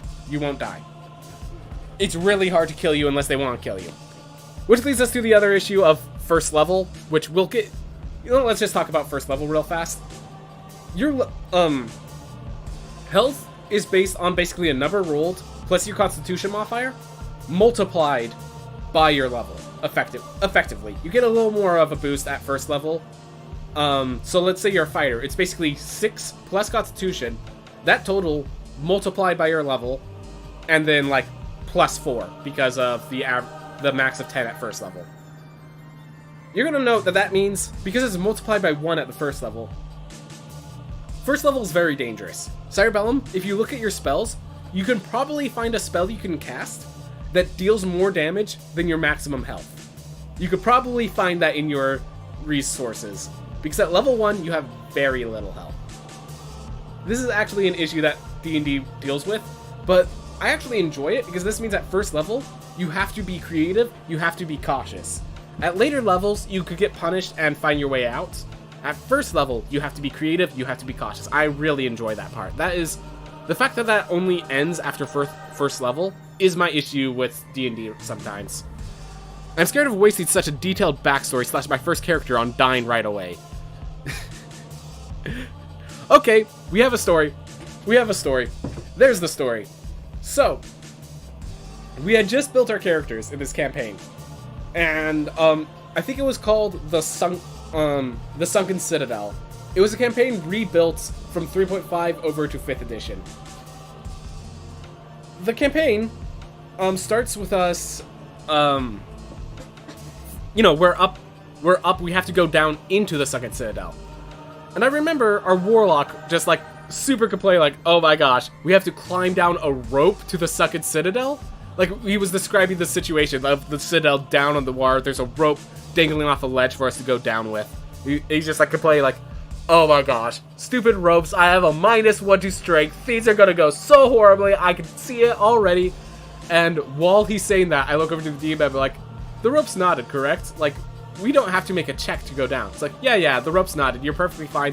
As he's saying this, the warlock, after all is played, just rolls the dice like, alright, here's my athletics check. So the dice rolls across the table, and it's a nat 1. And so the DM's just like, well, you rolled what I didn't tell you to, so make a dexterity save. Make a dexterity save. And so he didn't have to roll at all. He rolled on his own volition and did the nat 1, because this is, this is like a 40 or 80 foot drop or something like that. So he makes an acrobatics check to try to catch onto the rope as he's falling. Another nat 1. This is 3.5, but this ruling works for 5th edition as well. So he rolls another nat 1. So he keeps falling. I'm like, wait, we can make it a dexterity save to reduce some of the damage. And he's like, and the DM's like, no, Ben, no. He got 2 nat 1s in a row. God wants this character to die. So we picked up the damage dice, rolled the dice. He looked down at them. We are level 1, so I think his max health was like 8 or 10. And so he just describes, so the Fred plummets to the warlock of the party, plummets into the abyss. You see his head crack across a rock, splatter on, and 2 large rats come over and start eating the carcasses. With that now occurring, who wants to go down the rope next? So I tell him, yeah, I'm going to just use the rope, not make a check. He's like, alright, you go down the rope safely. No rolls needed. So don't roll if your DM doesn't tell you to roll. So we made a huge joke of like, so in that session, his next character was that warlock's brother, whose stat block happened to be the exact same as the warlock stat block, because We were just like, we didn't have time for him to build new characters, so we just had to play another character that's the exact same character, just not dead. It was funny. It was funny. Yep, D&D is just dealing with the situation. Comic relief occurs. Some people die. It's part of the story. Honestly, if nobody dies, the story gets bland sometimes, in my opinion. Now, for the first few levels, you guys are still getting into the game. Get your guys to level 5 before deadly encounters hope. That's my hope. That you get to level 5 about before people start dying off. But tension is important. Tension is important, and stupid decisions get stupid rewards. Yeah, definitely. I will say, fall in love with your character. That's what makes the game so great. The fact that you can fall in love with your character. But I don't know. So we tanged it off to that story. So yeah, okay. So with my campaign where I died, we ended that session, and we're just like, man, we didn't know the rules really well. It's like, all right, well then, Ben, here's the book. You read the rules so that you could actually figure things out. So I spent a week doing nothing but reading the 3.5 rule book. If you guys know anything about the editions of D&D, every edition of Dungeons & Dragons have made getting into Dungeons & Dragons easier and easier and easier. So, in 5th edition, the newest one, is the easiest game to get into. The rulebook, actually, hold up, just to show you. The rulebook here is only 300 pages, about. 300 pages when you add the glossary.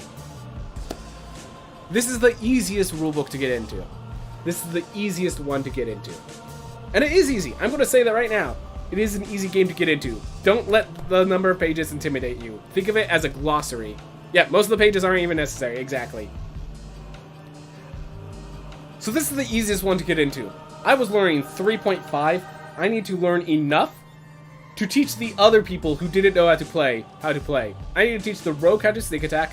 I need to build a cleric that could actually take hits, who understood what their spells did. I need to learn a lot. Let's just say I needed to learn a lot. That was quite the week. And I remember I came in and, in case you're wondering, the reason I have trouble showing my games, 1, because I play with a lot of new players. 2, I was trained to be a rules lawyer. I was trained to have to teach other people how to play the game, including the Dungeon Master. Most Dungeon Masters hate that nowadays. Most Dungeon Masters hate that. It's a theme that I learned that I'm trying to unlearn, and it's really bad that I have that. But yeah, Dungeons & Dragons is a lot of foolhardy, fun, stupid ideas. I feel like if I were to tell just a bunch of stories on it, okay, how's this? I'm going to put this away. We're going to finish up our runs. And then we could just stop and only tell stories since we have nothing else to do. But I have one more run today that I want to finish now, so I don't have to wait even longer. But yeah, D&D is an amazing game. I would say, instead of listening to some of my stories, try to go make your own. Go make your own with your friends. They're going to be way better because they're your stories. Alright. 3, 2, 1, go. Alright. Let's sit up straight. Make sure nothing bad happens. Make sure the chair's logged in properly. Alright. Whoop. Did that jump a little early? That's okay. Oof. Ah! That jumped too late. It's a good thing this doesn't count for in-game time.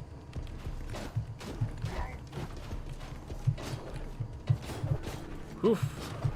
Deep breaths.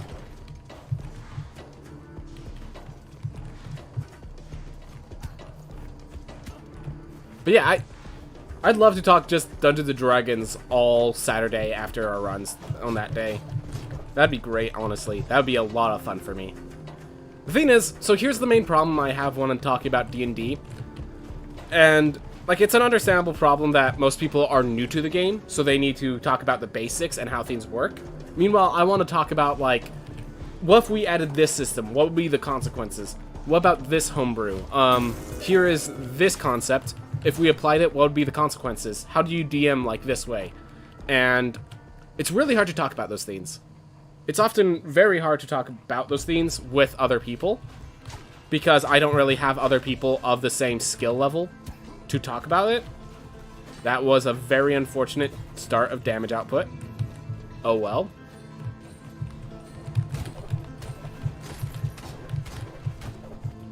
Found book, or wow. Focus. Found dash. Alright. There we are. Keep it moving.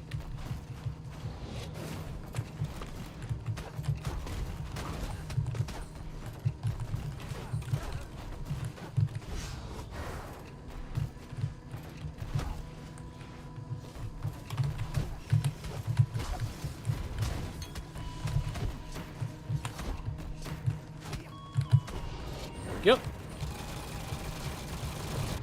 I need to count how many knives we fight specifically. I never hit that one. I thought at least the bomb one hit it. That's bad. Oh well. A little behind on time for this room. I can manage. Alright. And we're one chicken away from full health. One piece of chicken. Alright. Oh, no. That was bad. This was a bad heirloom because of those two things. Just gotta focus. Just gotta focus my mind again. Alright. We still need to find Lamech. We still need to find Book. Dead end room.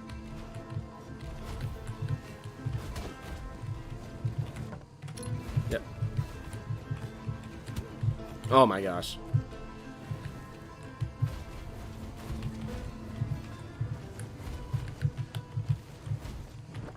Alright, keeps going up. Usually fiends die in 2 hits, so I was just prepared for that.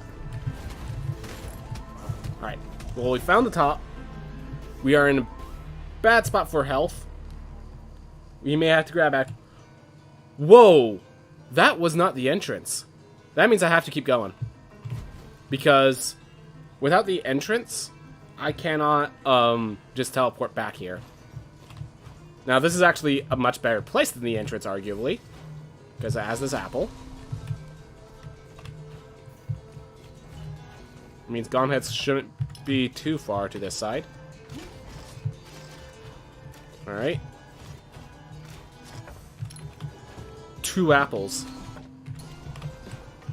Welcome to the Stygian study, the game says. Hope you brought treats. Whew. Alright. Itch my nose, make sure I'm ready.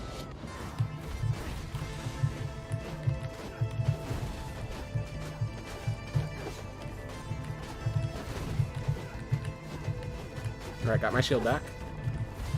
Oh, I never used it. That's right.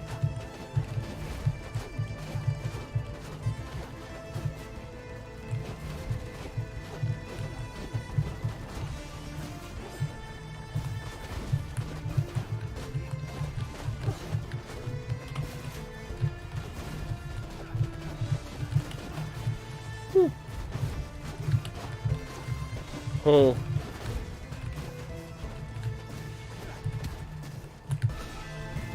Honestly, could not see that that was their attack pattern.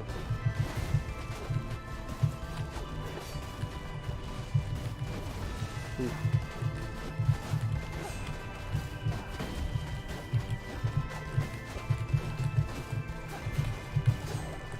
Ooh.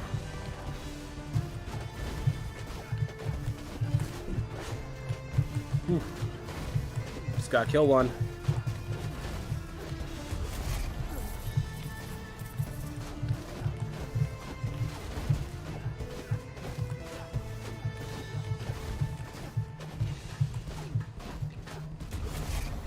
The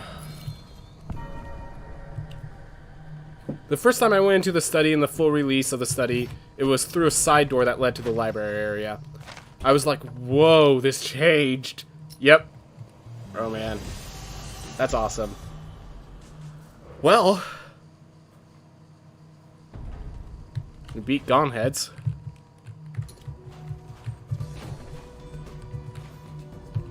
Alright.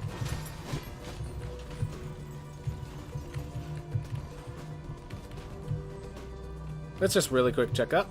Because it could be book. Oh my gosh. Good call, me. Alright. We're just heading over to... Yeah, let's just head over to, the left side. Let's go hunt for the Axis Mundi.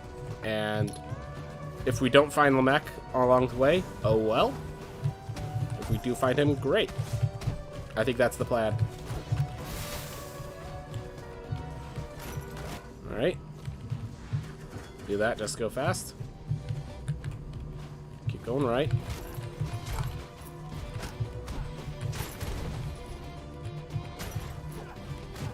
Alright, there's Axis Mundi.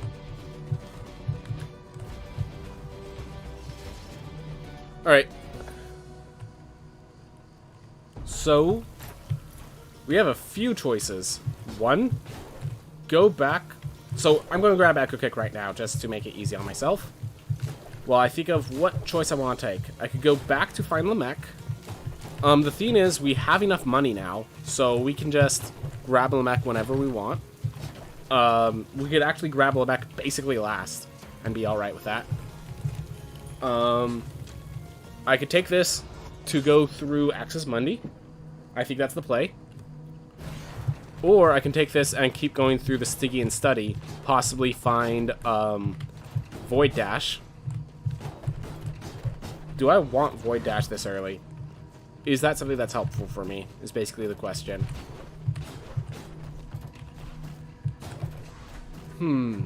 Is Void Dash helpful for me? I mean, it does make Axis Mundi a bit easier, but I usually don't take full advantage of it, so... And I think Axis Mundi is a threatening enough area as is. We just go in. Yeah, I like that.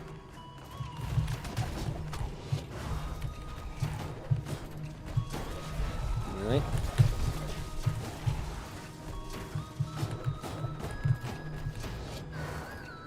There we go. Nice little, strange little pathing. Just do Lamech later. We have Goneheads taken care of instead of Lamech. And now we're going to take care of the Bone Boys. Alright.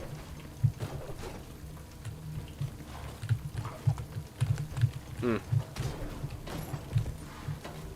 Oop.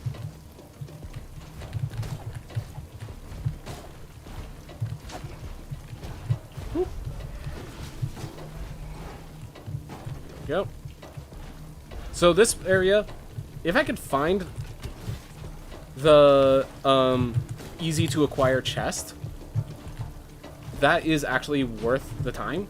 Okay, sorry, I was scratching my nose and not paying enough attention, but like every chest has the chance of obtaining both the Scholar weapon and the Warden weapons, which are two very valuable equipment types.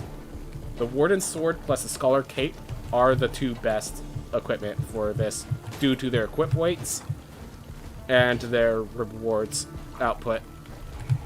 Like, there are better weapons in the late game, of course, but like the Crescent weapon is unable to be picked up by us because it weighs 70 and our starting equip weight is 50.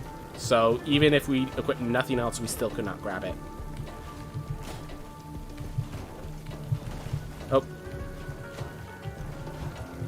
Realize what room that was.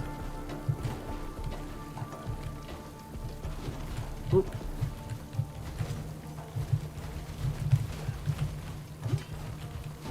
Impressed that I actually got through there without taking damage. But yeah, we pick up rab chests like this because Like, it could have been that item. Ooh. Okay, well, no water. Get out of here.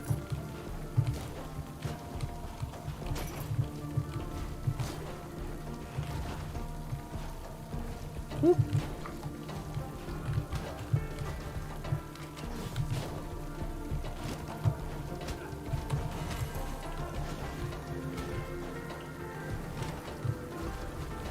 Oh, I just used my shield. Duh.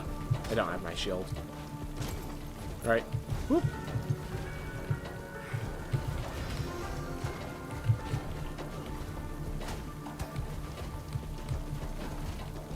Alright. Do I grab book? No. We're gonna try this. This is probably a bad idea. Cut that. This is definitely a bad idea. But we're doing it.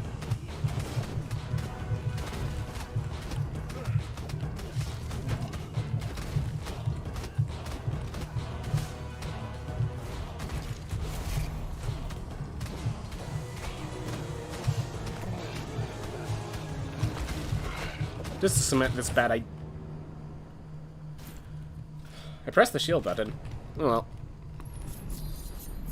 Well, we have the architect. That's the important part. So we could kill this with the next character. Got a good one? Flame barrier? Flame barrier? No flame barrier. Alright. Yeah, we pick with the fungal spread. All of them have nothing significant. This is just the spell that matters. Great time to drop by. Yep. So I do actually have the money to buy the architect, which is why I came in at such low health. So it's fine. Whoop.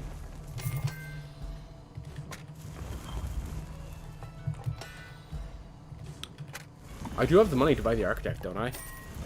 I gotta be very cautious with how much I spend. Yeah, I can't buy that. I have to buy here. Okay. Whew. That was close. Thank goodness I paid attention.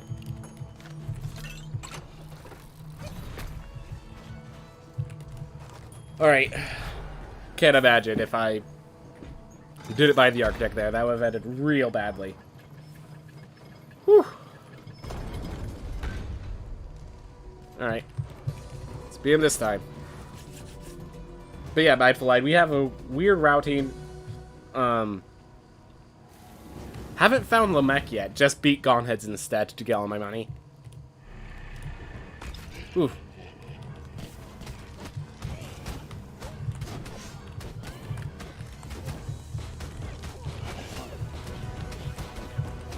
Ooh. I used to basically stand on top of True Enoch as a duelist to be able to roll through him. I noticed if you do that and you try to shield dash, you will get hit. Maybe you shield before dashing? Yeah, I think it's just that.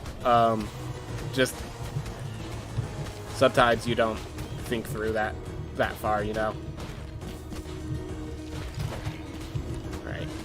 As long as they're next to each other, this is actually pretty worth it.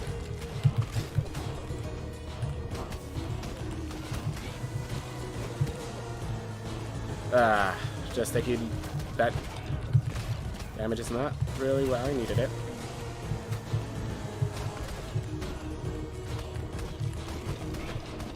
Whew.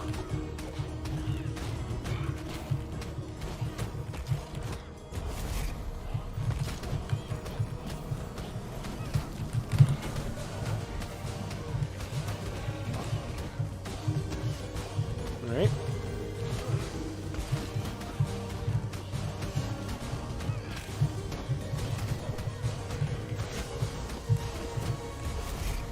Whew. Patient Tadpole, say mountain. So you basically type up stayed close? Yeah. Yeah. I said stayed in between them and just timed the shield dash wrong, so. Yep. Sorry, Bellum, why do I need to say mountain? Is there a reason you want to say mountain? Mountain. I don't know why you want me to say that, but okay, I said it. Whew. go. Just go over him.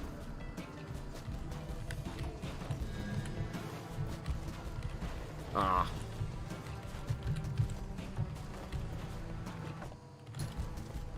You enunciate your T's more is what I noticed. Interesting.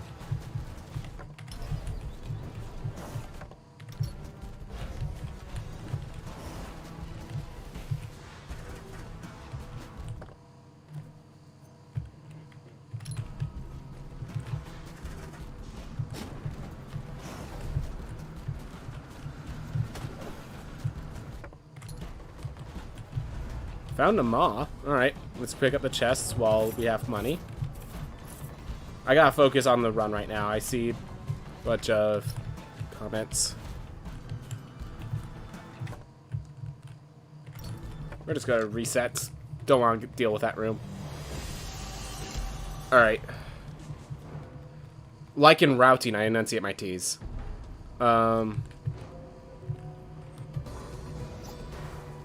No mistiming at all. As far as I'm aware, you could stand too close to even have a block frame if you try to dash. Alright,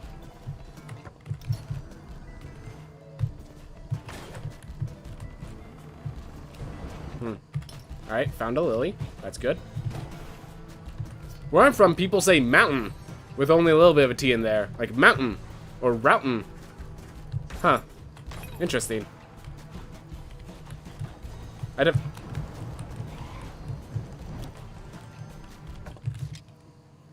I'm having issues getting out of that room. We're just gonna get out of it this way. I guess Ohio is southern. Yeah, it is. Comparative to the West Coast, yeah, I'd say it's southern. Ugh. Well, we have to find double jump. I mean, I guess we could go into the Stygian study like this, but not sure it's recommended.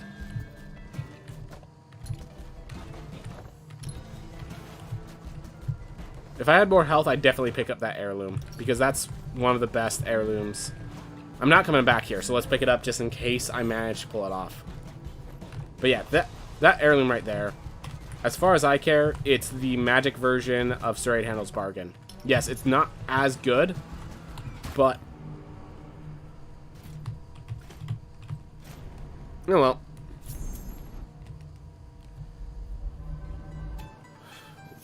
We have Architect. We at least have that taken care of for us. Good to get more damage. Good to get actual equipment as well. Alright. No good equipment, though. Oh, well. You mean the one you just picked up? But didn't that reset on getting hit? Yeah, it does reset on getting hit, but the thing is, it does, if you get it filled up, it's plus 50% damage. So it's like, instead of dying when you get hit, it resets when getting hit. So it's like as if you never picked it up. So I prefer, like, yes, Sir Arcane Hallows' Bargain is definitely stronger. Not going to deny that, but Sir Arcane Hallows' Bargain is rare. That one isn't as rare. I see it a lot more often, so... why do I feel like I'm in a different area? Ugh. But blocking is getting hit. No, okay. So I've actually tried that. Blocking does not count for that. Don't know what causes it, but blocking does not break it. Alright. Still talk D&D. I'll watch the video, but you have to go. Alright. Well, don't worry. See you later, man. Thanks for staying as long as you did. What am I doing over here? I need to go down and to the right. So I found all the lilies. Found Far Shores. Alright, near the entrance is the other lily. Then we'll go to pop open the maw. Gotta love all these game inconsistencies. Yep. Whoop.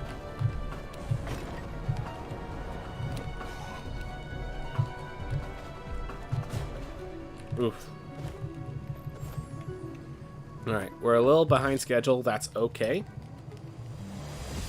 But I really want to get it's like all my runs in a single day are either adding to the average time or they're all subtracting from the average time. There's never one, it's never just like a compilation. It's always everything is plus or everything is minus, and that's been an issue I've been dealing with. So today, everything's been plus, and I don't like that. Alright, with that popped open, with all of this health...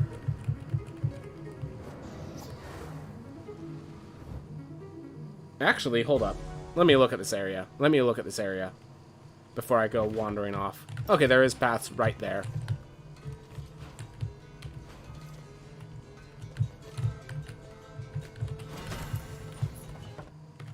Found Murmur already. Look at that.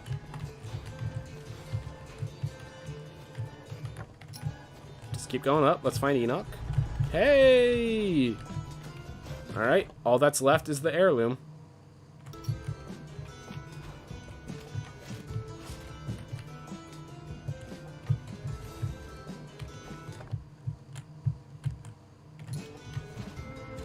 No, next time I should probably just respawn where the book is, and then use the book to explore for the entrance of this area. That probably would have been preferable.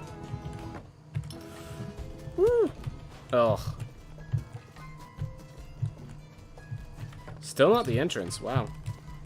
So in case you're wondering, I came in through a side door, so I actually do not know where the entrance is.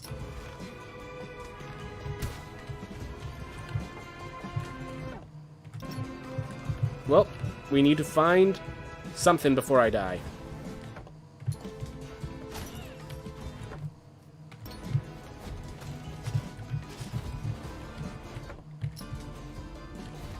Not interested in going in there, so I guess it's down.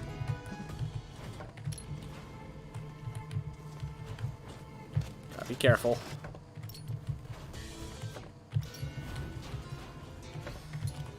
Apple, appreciated. Yeah, we're not coming back this direction because we have all the other rooms found.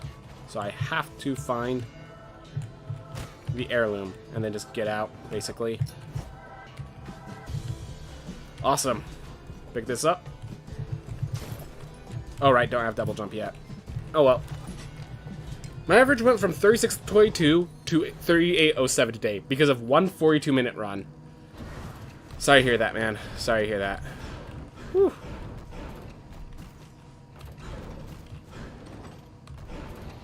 Alright. Whew. Deep breaths. Let things happen. Let things go. Alright. I just realized, yeah, we still haven't found Lamech. We have now, once we're done here, we have explored everything we need to in the entire castle. Except for Lamech. We still haven't found Lamech.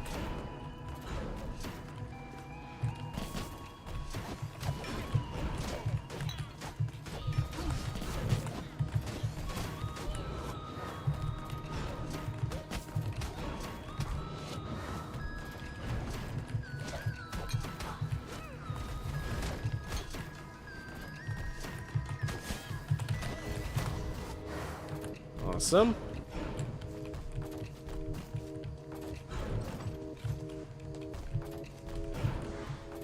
There we go.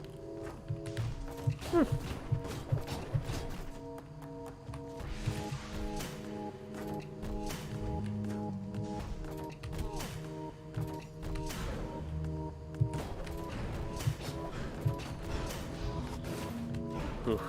Deep breaths. Just let it keep going. Alright. Lost 4 minutes off of that. Wow. That's not good. That is not good. Alright. Well, we're gonna kill Murmur now. And then I guess we just search for Lamech? And then we grab double jump? Weird run today. Weird run today.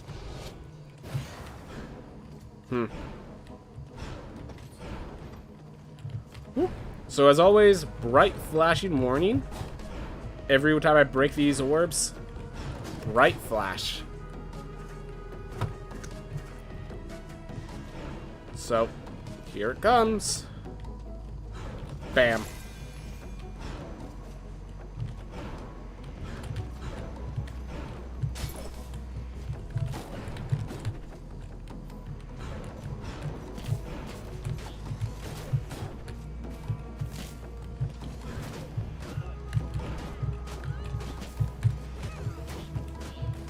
Ooh.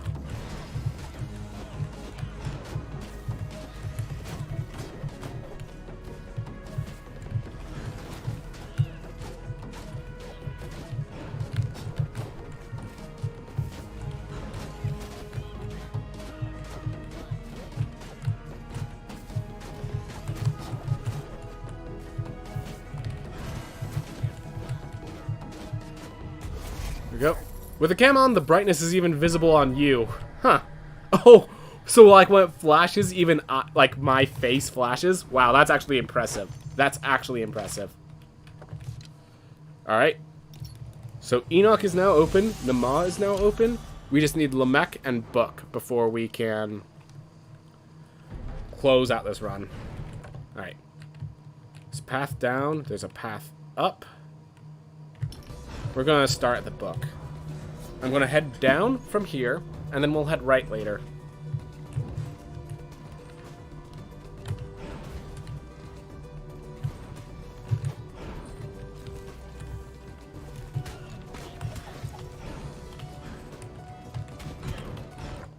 Oh, there's dead end.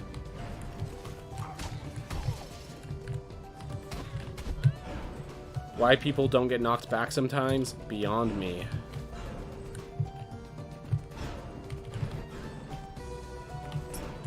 Just branching one scream rooms everywhere. Alright.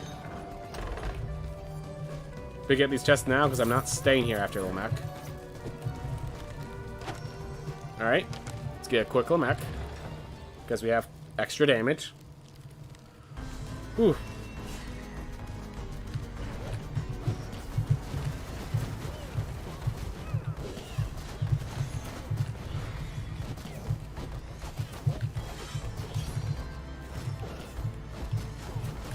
Alright.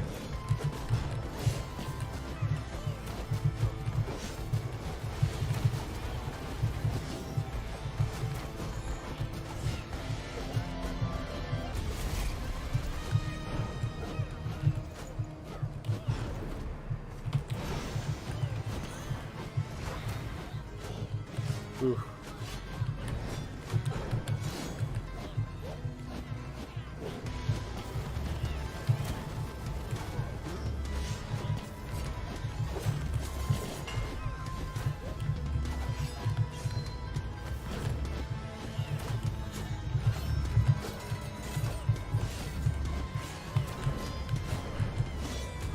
There we go.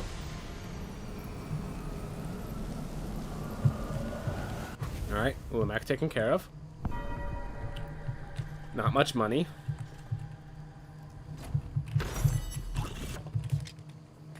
Alright, now we grab... So let's see. Now we grab double jump.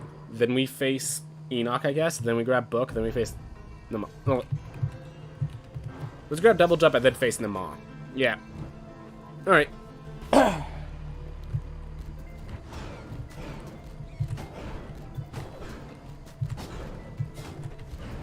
There we are. Far Shores. Gotten.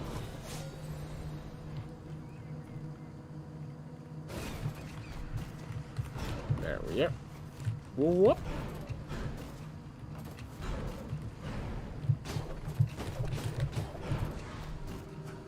Whew. Deep breaths. Finish it off.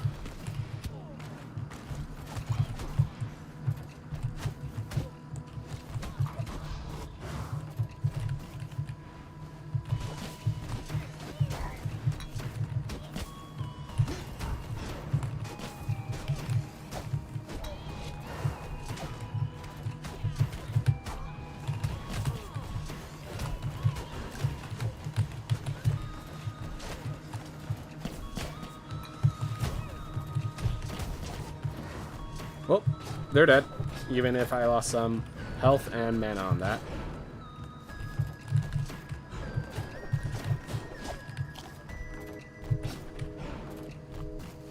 Ooh.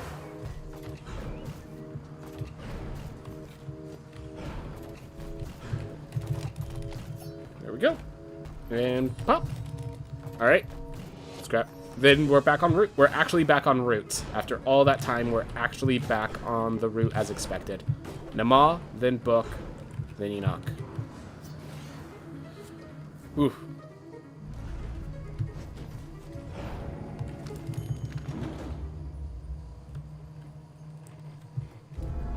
This character might not be the best for them off, but it's okay.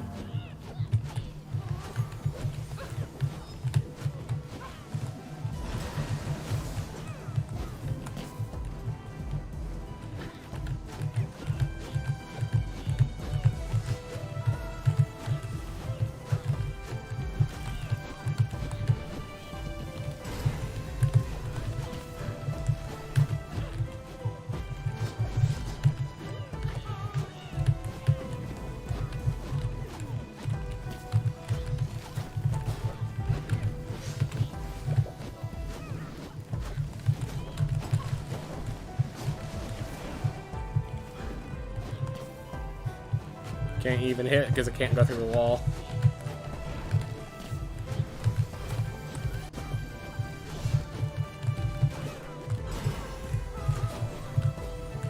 Oh no. Right as... at the wall, right as I had this shield removed.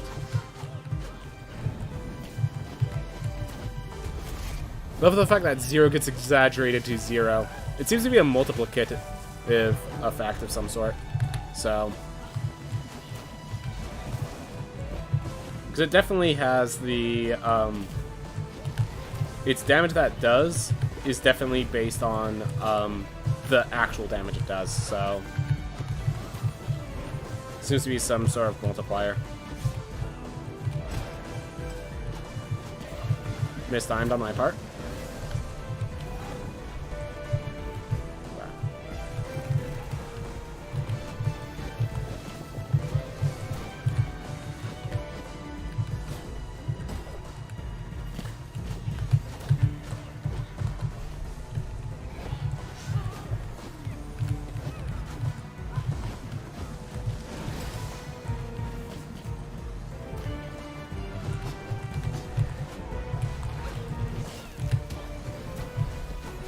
Gosh.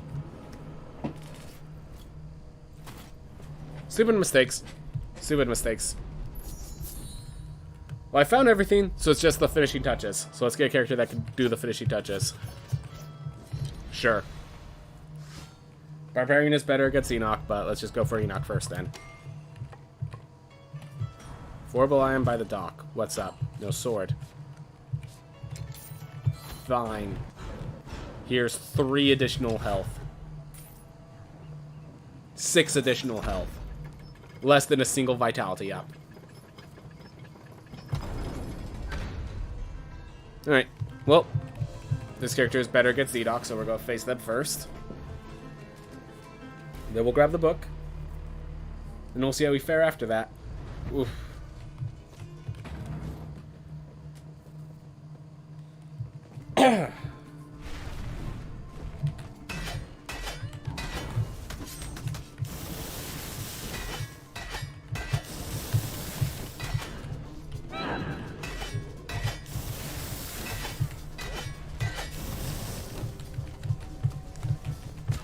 Right, no shield.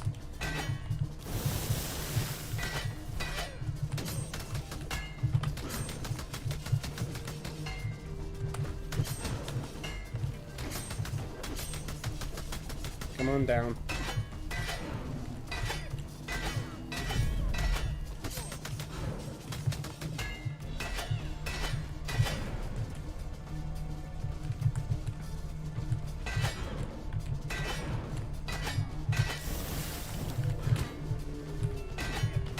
Mistakes on my part.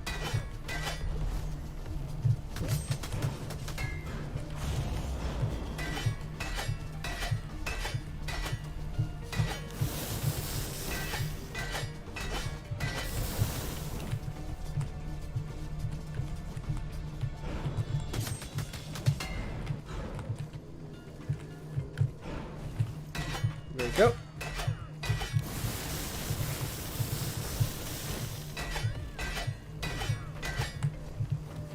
Don't have a shield, can't slide between those.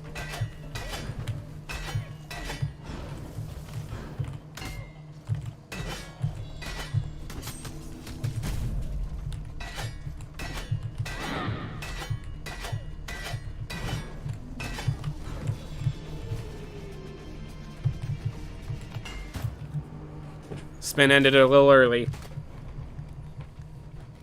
Because I forgot about the platform creating itself. And we're minus on time. Or plus on time. Wind wall this time. That will help with that random projectile spell, at least. Alright. No money anymore, basically. Oh well. Let's finish it off.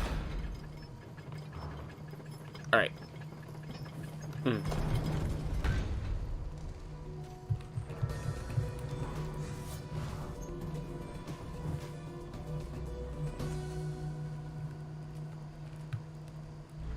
Oof. Alright. Deep breaths. Finish it up. Get it good. Get it going.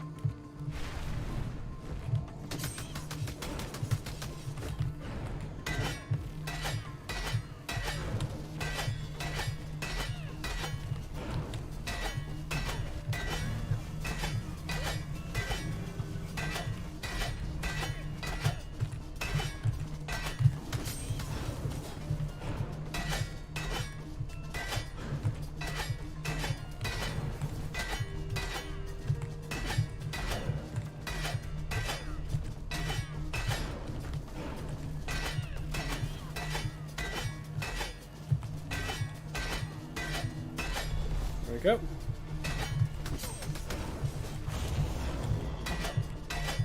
Alright, the trick for Nama is still that you need to lead the dance. I mean, I try it. Alright, man. I try it. I guess I'm not as good of a dancer as I think I am, okay? Like...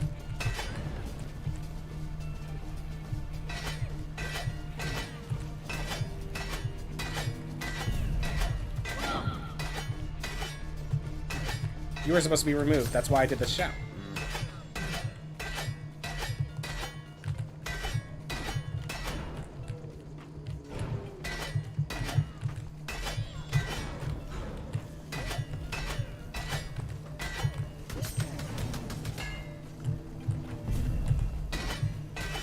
There we go.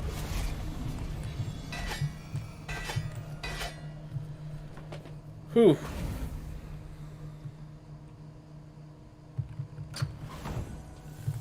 All right.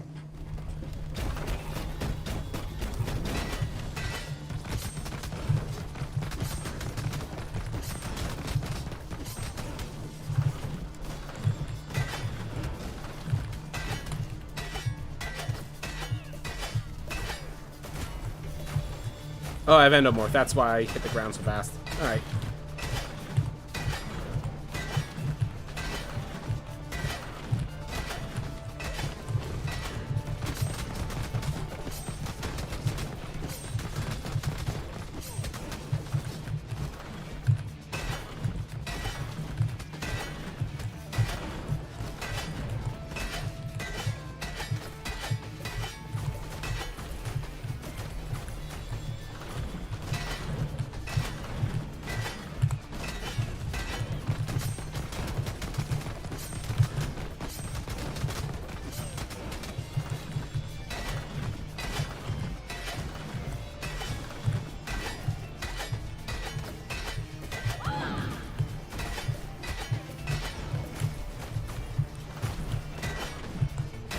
There we go.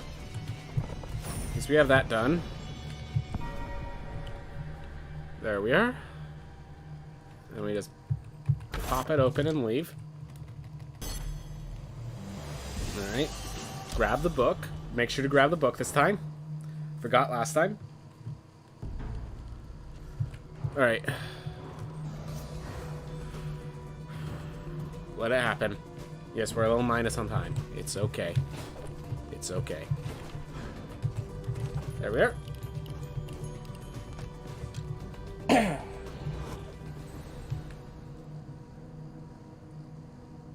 Ooh. Imagine ending a run on Lamech. I've done that before. I did that recently, actually. I actually had to do that recently because Lamech was the last one I found. Just barely missed the time frame. Give me my... Okay. Just barely missed the 0 cycle and then ended up with the 2 cycle.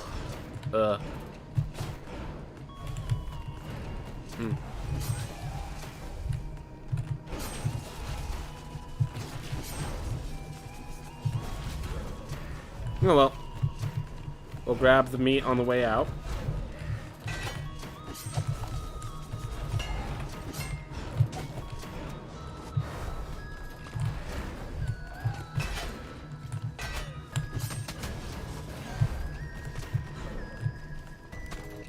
Okay, let's light up. There we are.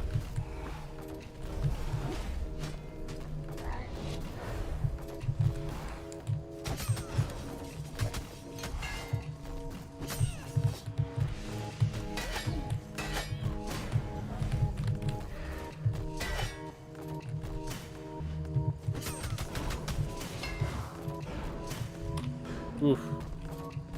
Keep it moving, keep it calm, keep it going. Ah. Oh well. All that's left is Nama instead of Enoch. Alright. By the way, once the new characters, once the new boss is added and the credit scene is fixed, I think we're gonna have to face the final boss as the last scene again. Because the whole idea of a speedrun is it's supposed to end when the credit scene shows off, but that hasn't existed for a while, so.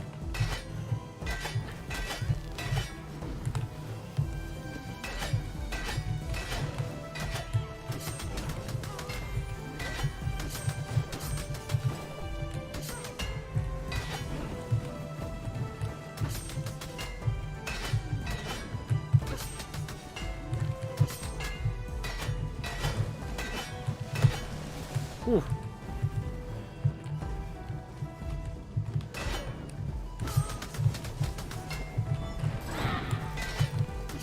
Got some feeds up. Let's just fix it like that. So.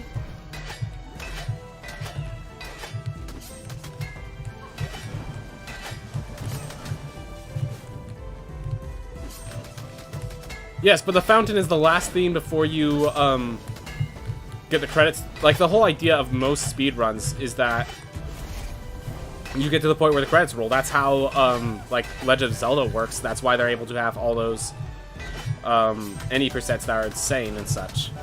But, like...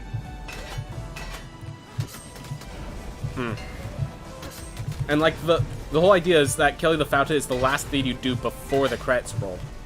So...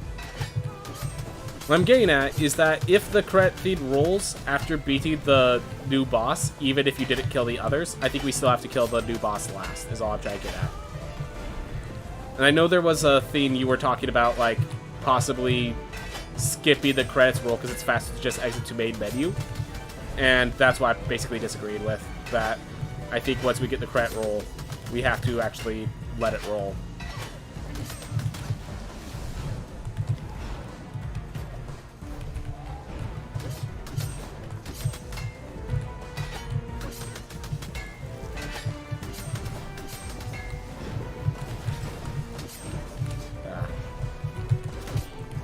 Come on.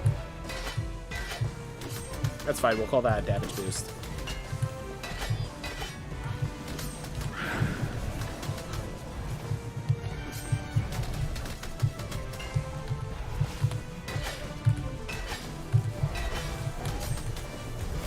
There we go. Right. Yeah, I've done the zero, so Mindful Line, on the, book, I have done the zero, cycle before, so I know about that. So you could choose what will be the last boss of the run. So here's the thing. So as for, why the original Rogue Legacy ends when you kill the fountain, has to do with the same thing with, why Legend of Zelda ends when you land the final blow on Ganon. Even though the credits haven't technically started, there is no other actions you need to do to get the credits to start rolling. They still, the Rogue Legacy runs, they do go back into they do go through the door and run the credits afterwards, even though the timer stopped. In the same way, if like with Legend of Zelda, they let the credits roll after they beat Ganon. It's just it ends when you beat Ganon because there's nothing else for you to do. So by depending on whether you have to kill the new if you have to kill SU or IRAD to get the credits roll, then we have to have IRAD be last. If you, it just matters that you do everything, doesn't matter what order, then whatever is the order that has to be last. The thing is, if you exit the game so that the credits never roll, so that the end screen never appears, I don't think we're going to be able to count that as a legitimate run, because one, as we get further on, it's going to be a lot easier to scam things if you never reveal the finishing run stuff like that. Second, it's just like that's the theme, that usually any percent, all those things end when you see the credit roll.